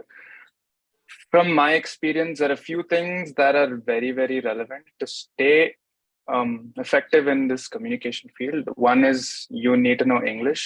Like, that is your starting point. Everyone talks in English, reads in English, writes in English. Everywhere you go, there's going to be English. So English is the must. Once you start communicating in English, with everyone around you, you start building your communication skills. You are able to extract work from people. You're able to communicate your ideas, because say you're a writer and you have all these ideas in your head, but you're not able to bring it out. You need to have effective communication skills to make sure that that nascent idea inside your head is finally on paper. For that, you also need creativity. You, like mentioned earlier, take part in challenges. Try to figure out where and how you can engage your creative mind. You can just look around and try to figure out, how can I interpret this particular thing in a different way? Like, if there's a bottle of water, what's your perspective around that? How can I view that bottle of water in a different way? Try to be very, very creative. Try to think of different analogies to bring out stuff. So there we have English, communication, creativity, and then finally, you can't do all of this alone, right? You work as a team. With these skills that you have now, you can talk to people. Say you're stuck somewhere. That's how I started. I didn't know the basics of anything. I started off as someone who knew how to speak and write, but to put it on paper, to write, no. But I had a very effective team that was able to guide me. So when you're working with a team, ask questions. Ask as many questions as you can. Like, it doesn't matter if you come off as dumb or you don't know the answer. It's always good to ask questions, so that you are creating your own path towards learning. Ask a lot of questions. And finally, the most important thing is your research skills. Develop that. Try to ask the what, the where, the when, the why, and all the how questions. Once you have all of this, communication becomes very easy. Trust me, I've been there. I started from zero, and I've somehow managed to reach a point where now I'm pursuing my master's in a creative field. So you guys can do it too. So ಭಾಷೆ, communication, ಉತ್ತಮ ಒಂದು ಸಂವಹನದ ಕಲೆ, ಭಾಷೆ, ಮುಖ್ಯವಾಗಿ ಭಾಷೆ ಮೇಲೆ ಹಿಡಿತ, ಇಂಗ್ಲಿಷಿನ ಮೇಲೆ ಹಿಡಿತ, ಸಂವಹನ, ಒಂದು ಟೀಮ್ ಅಲ್ಲಿ ಎಲ್ಲರಿಗೂ ಸಹಕಾರದಿಂದ ಕೆಲಸ ಮಾಡುವಂತಹ ಒಂದು ಎಬಿಲಿಟಿ, ಮತ್ತೆ ರಿಸರ್ಚ್, ಸೊ ಇನ್ನು ಹೆಚ್ಚು ತಿಳ್ಕೊಳ್ಳೋದು, ಮತ್ತೆ ಒಂದು ಇನ್ಕ್ವಿಸಿಟಿವ್ ನೇಚರ್ ಇರಬೇಕು. ಮತ್ತು ಈ ಒಂದು ಏನು ಸಂವಹನ ಕ್ಷೇತ್ರದಲ್ಲಿ ನೀವು ಈವನ್ ಏನು ಅರ್ಪಿತ್ ಅವರಾಗಿ ಇಂಜಿನಿಯರಿಂಗ್ ತನಕ ಓದಿ ಅವರು ಇವಾಗ ಸಂವಹನ ಕ್ಷೇತ್ರದಲ್ಲಿ ಕೆಲಸ ಮಾಡ್ತಾ ಇದ್ದಾರೆ. ಸೊ ಆ ರೀತಿ ನಿಮ್ಮ ಒಂದು ಏನು ಓದಿನ ಹಂತದಲ್ಲಿ ಕೂಡ ಇದ್ರ ಬಗ್ಗೆ ನೀವು ಇದಕ್ಕೆ ಸಂಬಂಧಪಟ್ಟಿದ್ದ ಒಂದು ಎಜುಕೇಶನ್ ನೀವು ಪಡೀಲಿಕ್ಕೆ ಸಾಧ್ಯ ಆಗಿಲ್ಲ ಅಂದ್ರೂ ಕೂಡ ಈ ಒಂದು ಬೇರೆ ಕೌಶಲ್ಯಗಳನ್ನ ಅಭಿವೃದ್ಧಿ ಪಡ್ಕೊಳ್ಳೋ ಮೂಲಕ ಕೂಡ ಈ ಒಂದು ಕ್ಷೇತ್ರಕ್ಕೆ ಬರ್ಬೋದು ಅನ್ನೋವಂಥದ್ದನ್ನ ಅರ್ಪಿತ್ ಅವರು ಇವಾಗ ಶೇರ್ ಮಾಡಿದ್ರು. ಸೊ ಮುಂದೆ ಸುಪ್ರಿಯಾ, ಬೇರೆ ಏನಾದ್ರು ಕ್ವಶನ್ಸ್ ಏನಾದ್ರು ಇತ್ತಾ ಕಾಮೆಂಟ್ಸ್ ಅಲ್ಲಿ? ಆ ತರದ್ ಯಾವ್ದು ಬಂದಿಲ್ಲ ಇನ್ನ. ಓಕೆ ಸರ್, ಸ್ಕಿಲ್ ಸೆಟ್ ಏನ್ ಬೇಕು ಡಿಸೈನ್ಗೆ ಅಂತ ಅವ್ರು ಅವಾಗ ಹೇಳ್ತಿದ್ರಲ್ಲ, ಅವರು Sona ma'am, what are the key skills? Like ನಾನು ಇದನ್ನ ಓದಿದ್ರೆ 12ನೇ ತರಗತಿ ನಾನು ಡಿಸೈನ್ ಹೋಗ್ಬೋದು, ಇದು ಬೇಕೇ ಬೇಕು ಅನ್ನೋದು ಯಾವ್ದಾದ್ರು ಕೀ ಸ್ಕಿಲ್ಸ್ ಯಾವ್ದಿದೆ? Basic. Sorry to interrupt. Yeah, Before sure. that, Sudebi, she's raised her hand. Oh, yeah, sure. I just wanted to add something to what Arpit was talking about, and also we were discussing related to language and communication.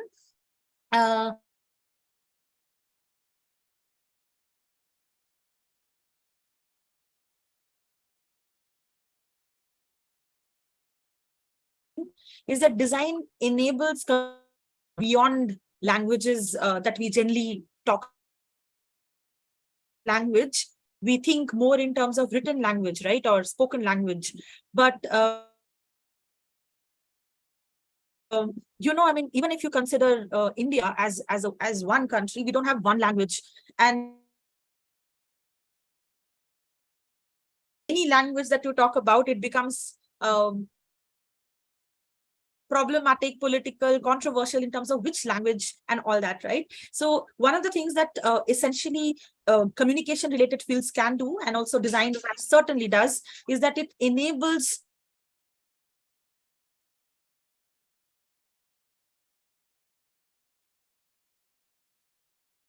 or verbal or textual language. There is a visual language. There could be our embodied kind of languages, and I feel that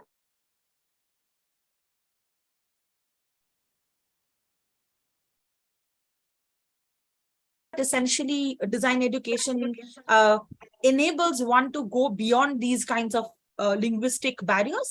It enables us to see how we can communicate even if you don't have a common language, and it happens all the time with people. We are visual, so and some people can be more auditory. So how can you engage with our other kinds of senses and also communicate even without using any one particular language? So I feel like that's also something which is fantastic to develop as human beings, because it not only does problem solving, it enables us to know people's worldviews better. It enables us to have more empathy about cultures or worldviews that we are particularly not like well versed with, I would say. So I feel that that's very, very important to develop. And it doesn't matter which field one studies, whether it's a medical field or an engineering field, whether it's like a law kind of field or design.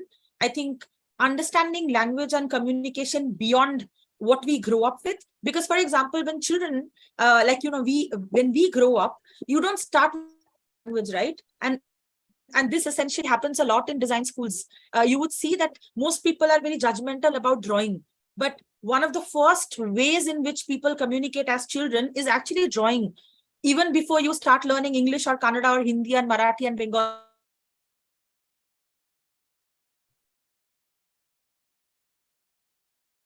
and Spanish and French. It's an essential thing to kind of think about and reflect upon, I would say. So in drawing, not in terms of how good it looks, but what do you observe? How do you make sense of the world? How do you capture it? And how do you share? And how do you tell stories? I think that innate urge to tell stories in a way kind of connect language, communication, and design as fields, I would say.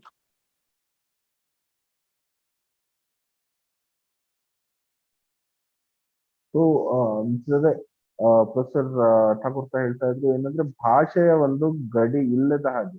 So ಭಾಷೆಯ ಒಂದು obstacle ಆಗದ ಹಾಗೆ. So ನಾವು communication ಬಗ್ಗೆ ಇವಾಗ communication ಬಗ್ಗೆ ಮಾತಾಡ್ತಾ ಇದ್ವಿ. ಕಮ್ಯುನಿಕೇಶನ್ಗೆ ಭಾಷೆ ಮೇಲೆ ನಡೀತಾ ಬೇಕು ಅಂತ ಹೇಳಿ, ಆದ್ರೆ ವಿನ್ಯಾಸದ ಮೂಲಕ, ಬೇರೆ ಬೇರೆ ವಿನ್ಯಾಸಗಳ ಮೂಲಕ ಏನು ಈ ಒಂದು ಸಮಸ್ಯೆಗಳಿಗೆ ನಾವು ಪರಿಹಾರ ಹುಡುಕ್ತಾ ಹೋಗ್ತೀವಿ, ಅದರಲ್ಲಿ ಭಾಷೆ ಕೂಡ ಒಂದು ಏನು ಇದು ಆಬ್ಸ್ಟಿಕಲ್ ಆಗೋದಿಲ್ಲ. ಸೊ ಆ ಭಾಷೆನ ಮೀರಿ ಕೂಡ ನಾವು ಡೈರೆಕ್ಟ್ ಆಗಿ ಒಂದು ಕಮ್ಯುನಿಕೇಶನ್ ಮಾಡ್ಬೋದು ಒಬ್ಬ ಯೂಸರ್ ಜೊತೆ. ನಾವು ಮಾಡೋ ಆ ಒಂದು ಕೆಲಸದ ಮೂಲಕ ಆ ಒಂದು ಏನು ವಿನ್ಯಾಸದ ಕ್ಷೇತ್ರದಲ್ಲಿ ನಾವು ಮಾಡುವಂತ ಕೆಲಸದ ಮೂಲಕ ಭಾಷೆಯ ಗಡಿಯನ್ನು ಕೂಡ ನಾವು ದಾಟಿ ಒಂದು ಕಮ್ಯುನಿಕೇಶನ್ ಅನ್ನ ಮಾಡಬಹುದು ಅನ್ನೋಂತ ಒಂದು ವಿಷಯನ ಹೇಳ್ತಾ ಇದ್ರು. ಅದ್ರ ಜೊತೆಗೆ ಶಿಕ್ಷಕರಲ್ಲಿ ಸುಹಾನ ಅವರು ನಾನು ಕೇಳ್ತಾ ಇದ್ರು. ಸರ್ ಅವಾಗ್ಲೇ ಕೀ ಸ್ಕಿಲ್ಸ್ ಬಗ್ಗೆ ಕೇಳಿದ್ರಲ್ಲ, ಅದ್ರ ಬಗ್ಗೆ ಒಂದ್ ಪ್ರಶ್ನೆ ಇತ್ತು. ಸುಹಾನ, ಲೈಕ್ ಈ ಕೀ ಸ್ಕಿಲ್ಸ್ ಇದ್ರೆ ನಾನು ಡಿಸೈನರ್ ಆಗ್ಬಹುದು ಅನ್ನೋದು ಆತರದ್ ಏನಾದ್ರು ಇದೆಯಾ? This is a must. Designing, drawing ಒಂದೇ ಅಂತಲ್ಲ, ಯಾವ್ದಾದ್ರು ಇದೆಯಾ ಅಂತ. ಆಕ್ಚುಲಿ ಡಿಸೈನ್ ತುಂಬಾ ಬಿಗ್ ಸಬ್ಜೆಕ್ಟ್. ಅಂದ್ರೆ ಒಂದ್ ಸ್ಕಿಲ್ ಎಲ್ಲದಕ್ಕೂ ಆಗಲ್ಲ. ಸೊ ಬೇರೆ sections. Nishant, what would you call specializations in Kannada? ವಿಶೇಷತೆಗಳು. ವಿಶೇಷಗಳು ವಿಶೇಷತೆಗಳು ಅಥವಾ specialisation can be kind of like ವಿಶೇಷ. ಸ್ಪೆಷಲಿಸ್ಟ್ ಇಸ್ ವಿಶೇಷಜ್ಞ. ವಿಶೇಷ ವಿಶೇಷತೆಗಳು ವಿಶೇಷತೆಗಳು ಬೇರೆ ತರ ಇದೆ. ಸೊ ಫಸ್ಟ್ ಸ್ವಲ್ಪ ಟ್ಯಾಲೆಂಟ್ ಇಲ್ಲಾದ್ರೆ ಇಂಟ್ರೆಸ್ಟ್ ಸ್ವಲ್ಪ ಇರ್ಬೇಕು. ಸೊ ಫೋಟೋಗ್ರಫಿಯಲ್ಲಿ ಇಂಟ್ರೆಸ್ಟ್ ಇದೆ, ಲೈಟ್ ಹೇಗೆ ಬೀಳುತ್ತೆ, ಇದು ಫೋಟೋಗ್ರಾಫ್ ಹೇಗೆ ತೆಗಿಬೇಕು, ಸೊ ಅದರಲ್ಲಿ ಇಂಟ್ರೆಸ್ಟ್ ಇದ್ರೆ you can pursue those skills. Composition ಹೇಗೆ ಸೆಟ್ ಮಾಡೋದು, ಅದು ಒಂಥರ. ಸಪೋಸಿಂಗ್ ನಿಮ್ಗೆ ಇಲಸ್ಟ್ರೇಷನ್ ಇಷ್ಟ ಇದೆ, ಡ್ರಾಯಿಂಗ್, ದೆನ್ ಆ ಇಲಸ್ಟ್ರೇಷನ್ದು ಇನ್ನು ಪ್ರಾಕ್ಟೀಸ್ ಮಾಡ್ಬಿಟ್ಟು ಪೋರ್ಟ್ಫೋಲಿಯೋ ಸೆಟ್ ಮಾಡ್ಬೋದು. ಶಬ್ದಗಳು, ಲ್ಯಾಂಗ್ವೇಜ್ ಇಂಟ್ರೆಸ್ಟ್ ಇದ್ರೆ then you need to build language skills. So ಹಾಗೆ ಒಂದ್ ಸೆಟ್ ಆಗಿ ರೂಟ್ ಇಲ್ಲ, ಅದ್ ಮಾತ್ರ ಇದ್ರೆ ನಿಮ್ಗೆ ಮಾಡ್ಬಹುದು. It is a creative field. But main interest ಇರ್ಬೇಕು, ಪ್ರತಿಭೆ ಇರ್ಬೇಕು ಸ್ವಲ್ಪ, ಅಂಡ್ ಓಪನ್ನೆಸ್. ಕಲಿಯಲಿಕ್ಕೆ ಏನಾದ್ರೂ ಹೊಸ ಬಂದ್ರೆ ಗೊತ್ತು ಮಾಡ್ಬೇಕು, ಓದ್ಬೇಕು, ಅದು ತುಂಬಾ ಇಂಪಾರ್ಟೆಂಟ್. ಸೊ ಸ್ವಲ್ಪ ಪ್ರತಿಭೆ ಇರ್ಬೇಕು, ಇಂಟ್ರೆಸ್ಟ್ ತುಂಬಾ ಇರ್ಬೇಕು ಕಲಿಯಲಿಕ್ಕೆ, ಅಂಡ್ ಆ ಸ್ಪೆಷಲೈಸೇಷನ್ ಏನಿದೆ ಅದು ನಿಮ್ಗೆ ಗೊತ್ತಿರ್ಬೇಕು. So that is important. Like Kumar sir, ಒಂದ್ ಪ್ರಶ್ನೆ ಇದೆ. ಹೇಳಿ. ಒಬ್ಬ ಡಿಸೈನರ್ ಪ್ರೊಫೆಷನಲ್ ಆಗಿ ಅವನ ಕರಿಯರ್ ಅಲ್ಲಿ ಏನೇನ್ ಚಾಲೆಂಜಸ್ ಫೇಸ್ ಮಾಡ್ಬೋದು ಅಂತ, ಏನೇನ್ ಸಮಸ್ಯೆ ಬರ್ಬೋದು ಅಥವಾ ಏನ್ ಚಾಲೆಂಜಸ್ ಫೇಸ್ ಮಾಡ್ಬೋದು ಅವ್ರು? ಓಕೆ, ಫಸ್ಟ್ ಸುಹಾನ ಅವ್ರು ಹೇಳ್ದಂಗೆ, ಫಸ್ಟ್ ನನ್ಗೇನೇ ಚಾಲೆಂಜ್ ಬಂದ್ರೆ ನಾನು ಅದನ್ನ ಫೇಸ್ ಮಾಡಕ್ಕೆ ರೆಡಿ ಆಗಿರ್ತೀನಿ. ಅಂದ್ರೆ ನಾವ್ ಯಾವಾಗ್ಲೂ ನಮ್ಗೆ ಗೊತ್ತಿರೋ ದಾರಿಲೇ ಹೋಗ್ತಾ ಇರ್ತೀವಿ. ಆದ್ರೆ ಡಿಸೈನ್ ಫೀಲ್ಡ್ ಅಲ್ಲಿ ಒಂದೊಂದು ವಿಷಯನೂ ಹೊಸದಾಗಿರುತ್ತೆ. ಇವತ್ತು ಒಂದ್ ಚಾಲೆಂಜ್ ಇರುತ್ತೆ, ನಾಳೆ ಬೇರೆ ತರ ಒಂದು ಆಪರ್ಚುನಿಟಿ ಇರುತ್ತೆ. ಸೊ ನನಗೇನ್ ಗೊತ್ತು, ನಾನು ಆ ಕಂಫರ್ಟ್ ಝೋನ್ ಅಲ್ಲಿ ಇರಕ್ಕಾಗಲ್ಲ. ಫಸ್ಟ್ ಥಿಂಗ್ ಇನ್ ಡಿಸೈನ್, ಅದ್ ನೀವು ಕಂಫರ್ಟ್ ಝೋನ್ ಅಲ್ಲಿ ಇದ್ಬಿಟ್ರೆ ನೀವು ಹೊಸದಾಗಿ ಯೋಚನೆ ಮಾಡಕ್ಕಾಗಲ್ಲ, ನಿಮ್ಮ ಇಮ್ಯಾಜಿನೇಷನ್ ಕಮ್ಮಿ ಆಗೋಗುತ್ತೆ. ನೀವು ಒಂದ್ ಸೊಲ್ಯೂಷನ್ಸ್ ಹುಡ್ಕಕ್ಕಾಗಲ್ಲ. So first thing is be a learner, and ಯಾವಾಗ್ಲೂ ನೀವು ಹೊಸ ವಿಷಯ ಕಲಿಯಕ್ಕೆ ರೆಡಿ ಇರಬೇಕು, ಫಸ್ಟ್ ಥಿಂಗ್. ಇನ್ನೊಂದು, ನಿಮ್ ಸ್ಕಿಲ್ ಸೆಟ್ಸ್ ನ ಡೆವಲಪ್ ಮಾಡ್ತಾನೆ ಇರ್ಬೇಕು. ಹೇಗೆ ಬೇರೆ ಬೇರೆ ಸಾಫ್ಟ್ವೇರ್ಸ್ ಚೇಂಜ್ ಆಗ್ತಾನೆ ಇದೆ, ಹಾಗೆ ನಮ್ ಮೀಡಿಯಮ್ಸ್ ಚೇಂಜ್ ಆಗ್ತಾ ಇರುತ್ತೆ. ಇವತ್ತು ನಾವು ಪೆನ್ಸಿಲ್ ಅಲ್ಲಿ ಡ್ರಾ ಮಾಡ್ತಾ ಇರ್ತೀವಿ, ನಾಳೆ ಕಲರ್ಸ್ ಯೂಸ್ ಮಾಡ್ತೀವಿ, ಕ್ರೇಯಾನ್ಸ್ ಯೂಸ್ ಮಾಡ್ತೀವಿ, ಡಿಜಿಟಲ್ ಡ್ರಾಯಿಂಗ್ ಮಾಡ್ತೀವಿ, ಇಲ್ಲ ಟೆಕ್ಸ್ಟ್ ಬರಿಬೇಕಾಗತ್ತೆ. ಎಲ್ಲಾರು ಬರೀಲೇಬೇಕು, ಡಿಸೈನರ್ಸ್ ಅಂದ್ರೆ ಬರೀಲೇಬೇಕು. ಸೊ ನಮ್ ಲ್ಯಾಂಗ್ವೇಜ್ ನ ಇಂಪ್ರೂವ್ ಮಾಡ್ಕೊಬೇಕು. ಆಮೇಲೆ ನಮ್ಮ ಐಡಿಯಾಸ್ ನ ಹೇಗೆ ನಾವು ಎಕ್ಸ್ಪ್ರೆಸ್ ಮಾಡ್ಕೊಬೇಕು ಅನ್ನೋದು ಒಂದು ಬಹಳ ಇಂಪಾರ್ಟೆಂಟ್ ಆಸ್ಪೆಕ್ಟ್ ಇಲ್ಲಿ. ಯಾಕಂದ್ರೆ ನಾವು ಒಂದೊಂದ್ ದಿವಸ ಒಂದ್ ಕ್ರಾಫ್ಟ್ಸ್ ಮನ್ ಜೊತೆ ಕೆಲಸ ಮಾಡ್ತಾ ಇರ್ತೀವಿ, ಅವ್ರಿಗೆ ನಮ್ ಭಾಷೆ ಗೊತ್ತಿರಲ್ಲ, ನಾವು ಹೇಳೋದು ಅವ್ರಿಗೆ ಅರ್ಥ ಆಗಲ್ಲ, ಅವ್ರ ಭಾಷೆ ನಮಗ್ ಗೊತ್ತಿರಲ್ಲ. ಸೊ ಹೇಗೆ ನಮ್ಮ ಐಡಿಯಾಸ್ನ ಅವ್ರಿಗೆ ಹೆಂಗ್ ಕೊಡೋದು, ಅವ್ರಿಗೆ ಹೆಂಗ್ ಹೇಳೋದು, ಅವ್ರಿಗೆ ಅವ್ರ ಒಂದು ವೀವರ್ ಇದ್ರೆ ಅವ್ರಿಗೆ ಹೆಂಗೆ ವೀವ್ ಮಾಡಿಸೋದು ಒಂದು ಹೊಸ ವಿಷಯನ. ಸೊ ಅವ್ರ ಹತ್ರ ನಾವು ಹೆಂಗೆ ಕಮ್ಯುನಿಕೇಟ್ ಮಾಡೋದು, ಸೊ ನಮ್ಮ ಐಡಿಯಾಸ್ನ ಹೆಂಗೆ ಎಕ್ಸ್ಪ್ರೆಸ್ ಮಾಡೋದು.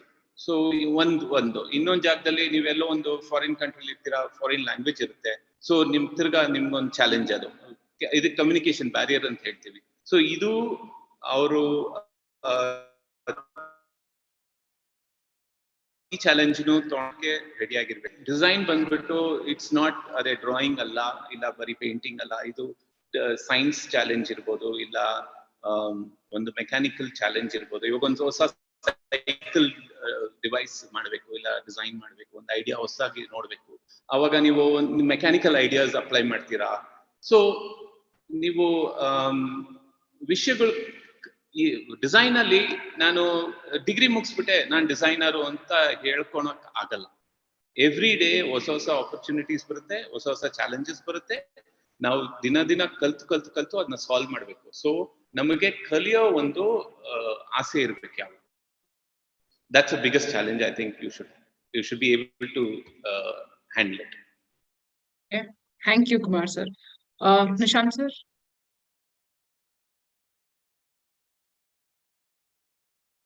Nishant sir, ಯುವ ಕಣಜ ಬಗ್ಗೆ ಹೇಳೋದಾದ್ರೆ can you please explain ಯುವ ಕಣಜ? ವಿದ್ಯಾರ್ಥಿಗಳೇ, ಇವತ್ತು ಭಾಷೆ, ಸಂವಹನೆ ಮತ್ತು ವಿನ್ಯಾಸ ಡಿಸೈನ್ ಫೀಲ್ಡ್ ಅಲ್ಲಿ ಕೆರಿಯರ್ಗಳ ಬಗ್ಗೆ ನಾವು ಮತ್ತೆ ಏನು ಇದನ್ನ ಅಂತ ಹೇಳಿ ಅರ್ಥ ಮಾಡ್ಕೊಳ್ಳೋ ಒಂದು ಚಿಕ್ಕ ಪ್ರಯತ್ನ ಮಾಡಿದ್ವಿ. ಈ ಒಂದು ಬೇರೆ ಬೇರೆ ಸೆಷನ್ ಗಳ ಮೂಲಕ ಹೊಸ ಹೊಸ ವೃತ್ತಿಗಳನ್ನ ನಿಮಗೆ ಪರಿಚಯಿಸ್ತಾ ಇದ್ವಿ. ಸೊ ಎಷ್ಟು ಅರ್ಥ ಆಯ್ತು ಈ ಒಂದು ಸಿಕ್ಕ ನಮಗೆ ಸಮಯದ ಅವಕಾಶದಲ್ಲಿ ಈ ಒಂದು ಕ್ಷೇತ್ರದ ಬಗ್ಗೆ ಅಟ್ಲೀಸ್ಟ್ ನಿಮ್ಮಲ್ಲಿ ಒಂದು ಚಿಕ್ಕ ಕುತೂಹಲ ಹುಟ್ಟಿಸ್ಲಿಕ್ಕೆ ಸಾಧ್ಯ ಆಗಿದ್ರೆ ಅದೇ ಕೂಡ ಸಾಕಷ್ಟು ಯಶಸ್ಸು ಅಂತ ನಾನು ಭಾವಿಸ್ತೀನಿ. ಯಾಕಂದ್ರೆ ಈ ಒಂದು ಚಿಕ್ಕ ಸಮಯದಲ್ಲಿ ಒಂದು ಫೀಲ್ಡ್ ಬಗ್ಗೆ, ಅದು ಈ ರೀತಿಯಾದ ಒಂದು ತುಂಬಾ ಹಲವಾರು ಆಯಾಮಗಳನ್ನು ಬೇರೆ ಬೇರೆ ಇಷ್ಟುಕೊಂಡು ಡೈಮೆನ್ಷನ್ಸ್ ಇರುವಂತ ಒಂದು ಫೀಲ್ಡ್ ಬಗ್ಗೆ ಒಂದು ತುಂಬಾ ಕ್ಲಿಯರ್ ಆದ ಐಡಿಯಾ ಕೊಡೋದು ಅದೇ ಒಂದು ಚಾಲೆಂಜಿಂಗ್ ಕೆಲಸ ಆಗಿತ್ತು. ಸೊ ಒಂದು ಚಿಕ್ಕ ಕುತೂಹಲ, ಈ ರೀತಿಯಾದ ಒಂದು ವೃತ್ತಿ ಇದೆ, ಈ ರೀತಿಯಾದ ವೃತ್ತಿ ಬಗ್ಗೆ ನಾವು ಹೆಚ್ಚು ತಿಳ್ಕೊಬೇಕು ಅನ್ನೋ ಒಂದು ಕುತೂಹಲ ನಿಮ್ಮಲ್ಲಿ ಹುಟ್ಟಿದ್ರು ಕೂಡ ಅದು ಈ ಕಾರ್ಯಕ್ರಮದ ಒಂದು ಸಾರ್ಥಕತೆ ಅಂತ ನಾನು ಭಾವಿಸ್ತೀನಿ. ಸೊ ಮುಂದೆ ಈ ಕಾರ್ಯಕ್ರಮದಲ್ಲಿ ನಾವು ಹಲವಾರು ಸಂಪನ್ಮೂಲಗಳನ್ನ ನಿಮ್ಗೋಸ್ಕರ ಕ್ರೋಢೀಕರಿಸಿದ್ವಿ. ಮಾಹಿತಿಯನ್ನು ಪಡ್ಕೊಳ್ಳಿಕ್ಕೆ, ವೃತ್ತಿ ಮಾರ್ಗದರ್ಶನದ ಬಗ್ಗೆ, ಬೇರೆ ಬೇರೆ ವೃತ್ತಿಗಳ ಬಗ್ಗೆ ತಿಳಿಲಿಕ್ಕೆ ಅಂತ ಹೇಳಿ ನಾನು ಹೇಳಿದೆ.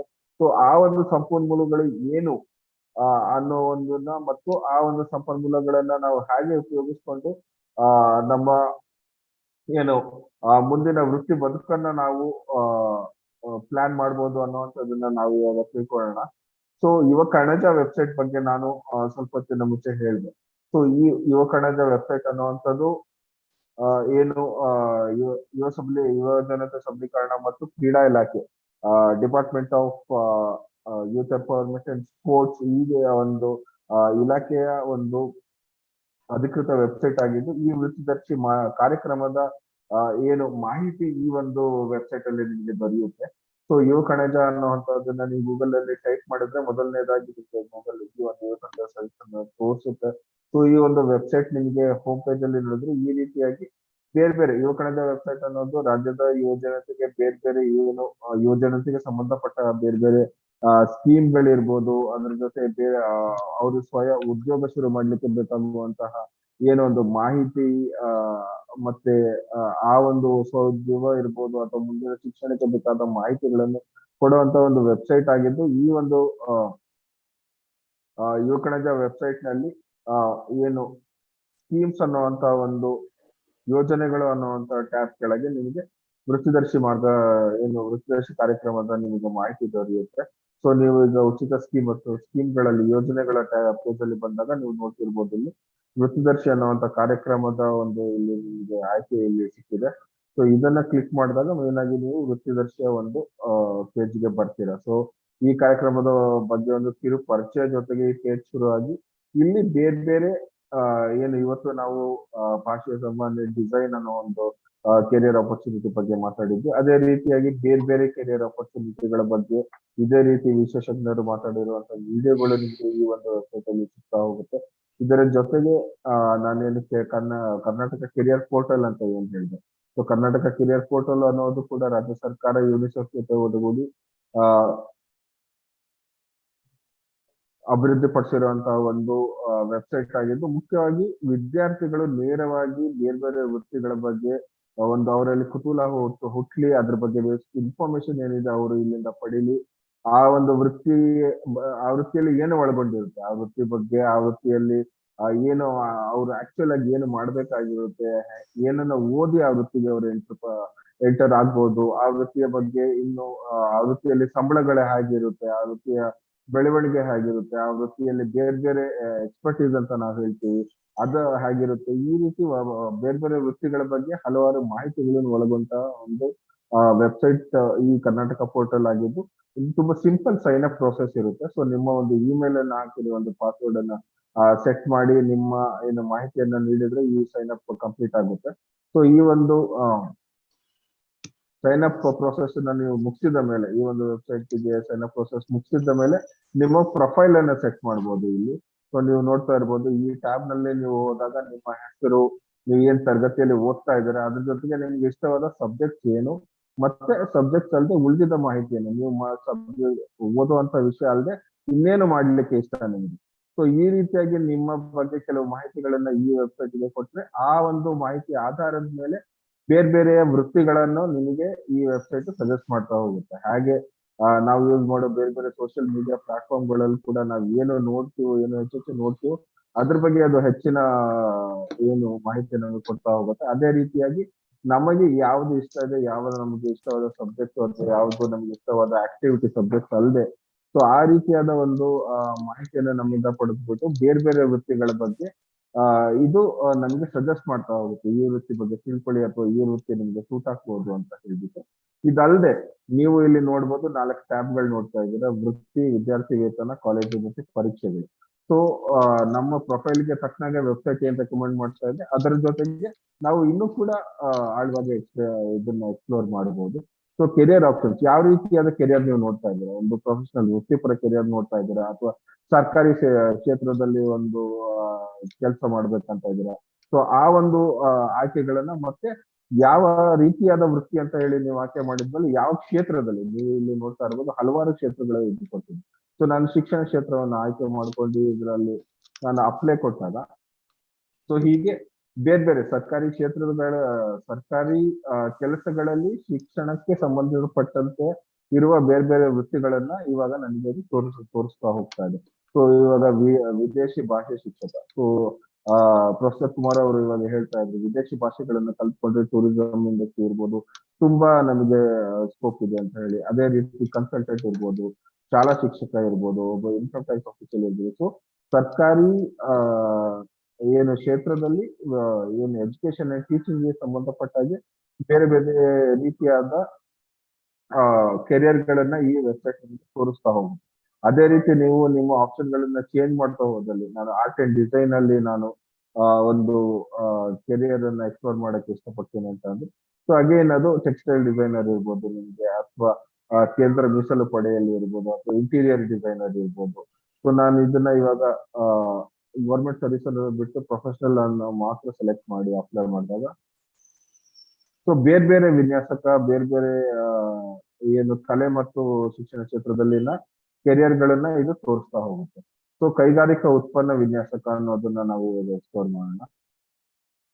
ಸೊ ಇಂಡಸ್ಟ್ರಿಯಲ್ ಅಥವಾ ಪ್ರಾಡಕ್ಟ್ ಡಿಸೈನರ್ ಅನ್ನೋ ಒಂದು ಏನು ಫೀಲ್ಡ್ ಅಲ್ಲಿ ಬಂದ್ರೆ, ಸೊ ಅಗೇನ್ ನೀವು ಇಂಗ್ಲಿಷ್ ಮತ್ತು ಕನ್ನಡ 2 ಭಾಷೆಯಲ್ಲಿ ಈ ಒಂದು ವೆಬ್ಸೈಟ್ ಅಲ್ಲಿರೋ ಮಾಹಿತಿಯನ್ನ ಪಡಿಬಹುದು. ಸೊ ಈ ಒಂದು ಕೈಗಾರಿಕಾ ಅಥವಾ ಉತ್ಪನ್ನ ವಿನ್ಯಾಸಕ, ಇಂಡಸ್ಟ್ರಿಯಲ್ ಆರ್ ಪ್ರಾಡಕ್ಟ್ ಡಿಸೈನರ್ ಅನ್ನೋ ಒಂದು ಕೆರಿಯರ್ ಬಗ್ಗೆ ಒಂದು ಕಿರು ನೋಟದಿಂದ ಶುರು ಆಗ್ಬಿಟ್ಟು ಈ ಏನು ವೃತ್ತಿಯ ಬಗ್ಗೆ ನಿಮ್ಗೆ ತುಂಬಾ ಸವಿಸ್ತಾರವಾದ ಮಾಹಿತಿ ಈ ವೆಬ್ಸೈಟ್ ಅಲ್ಲಿ ನಿಮ್ಗೆ ದೊರಕ್ತಾ ಹೋಗುತ್ತೆ. ಸೊ ಈ ವೃತ್ತಿಯ ಬಗ್ಗೆ ನಿಮ್ಗೆ ಒಂದು ಕಿರುನೋಟ, ಅದಾದ ನಂತರ ಎಜುಕೇಶನ್ ಪಾತ್ವೆ ಏನು,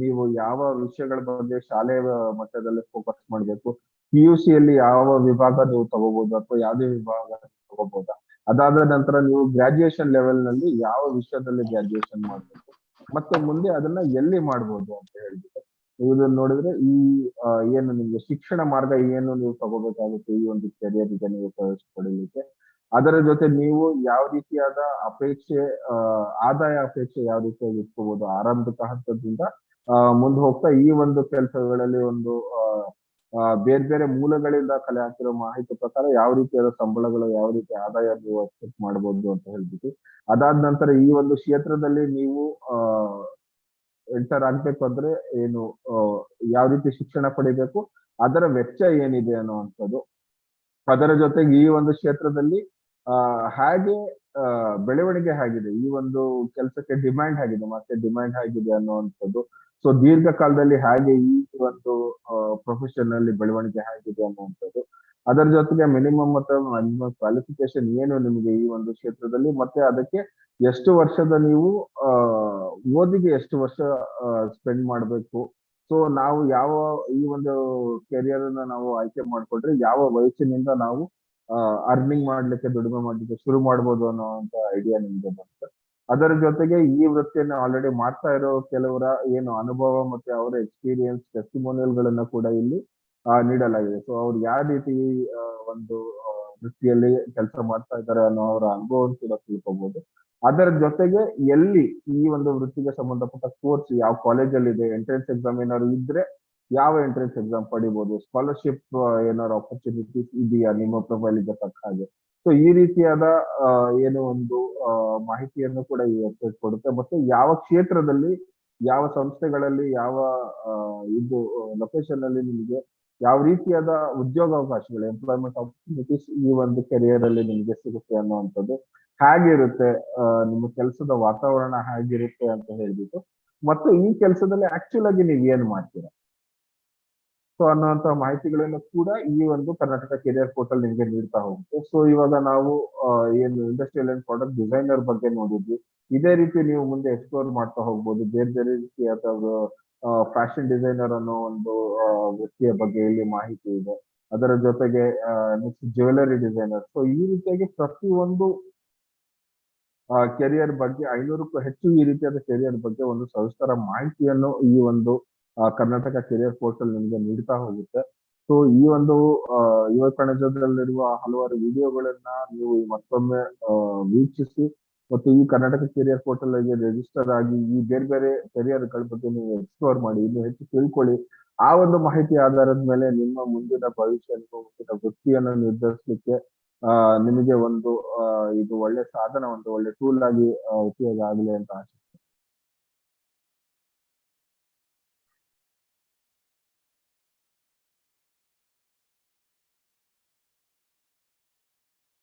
ಸುಪ್ರಿಯಾ ಓಕೆ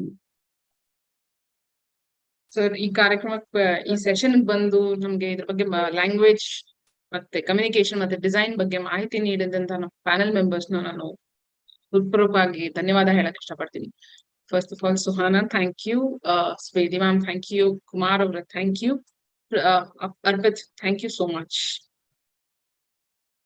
ಧನ್ಯವಾದಗಳು ಧನ್ಯವಾದಗಳು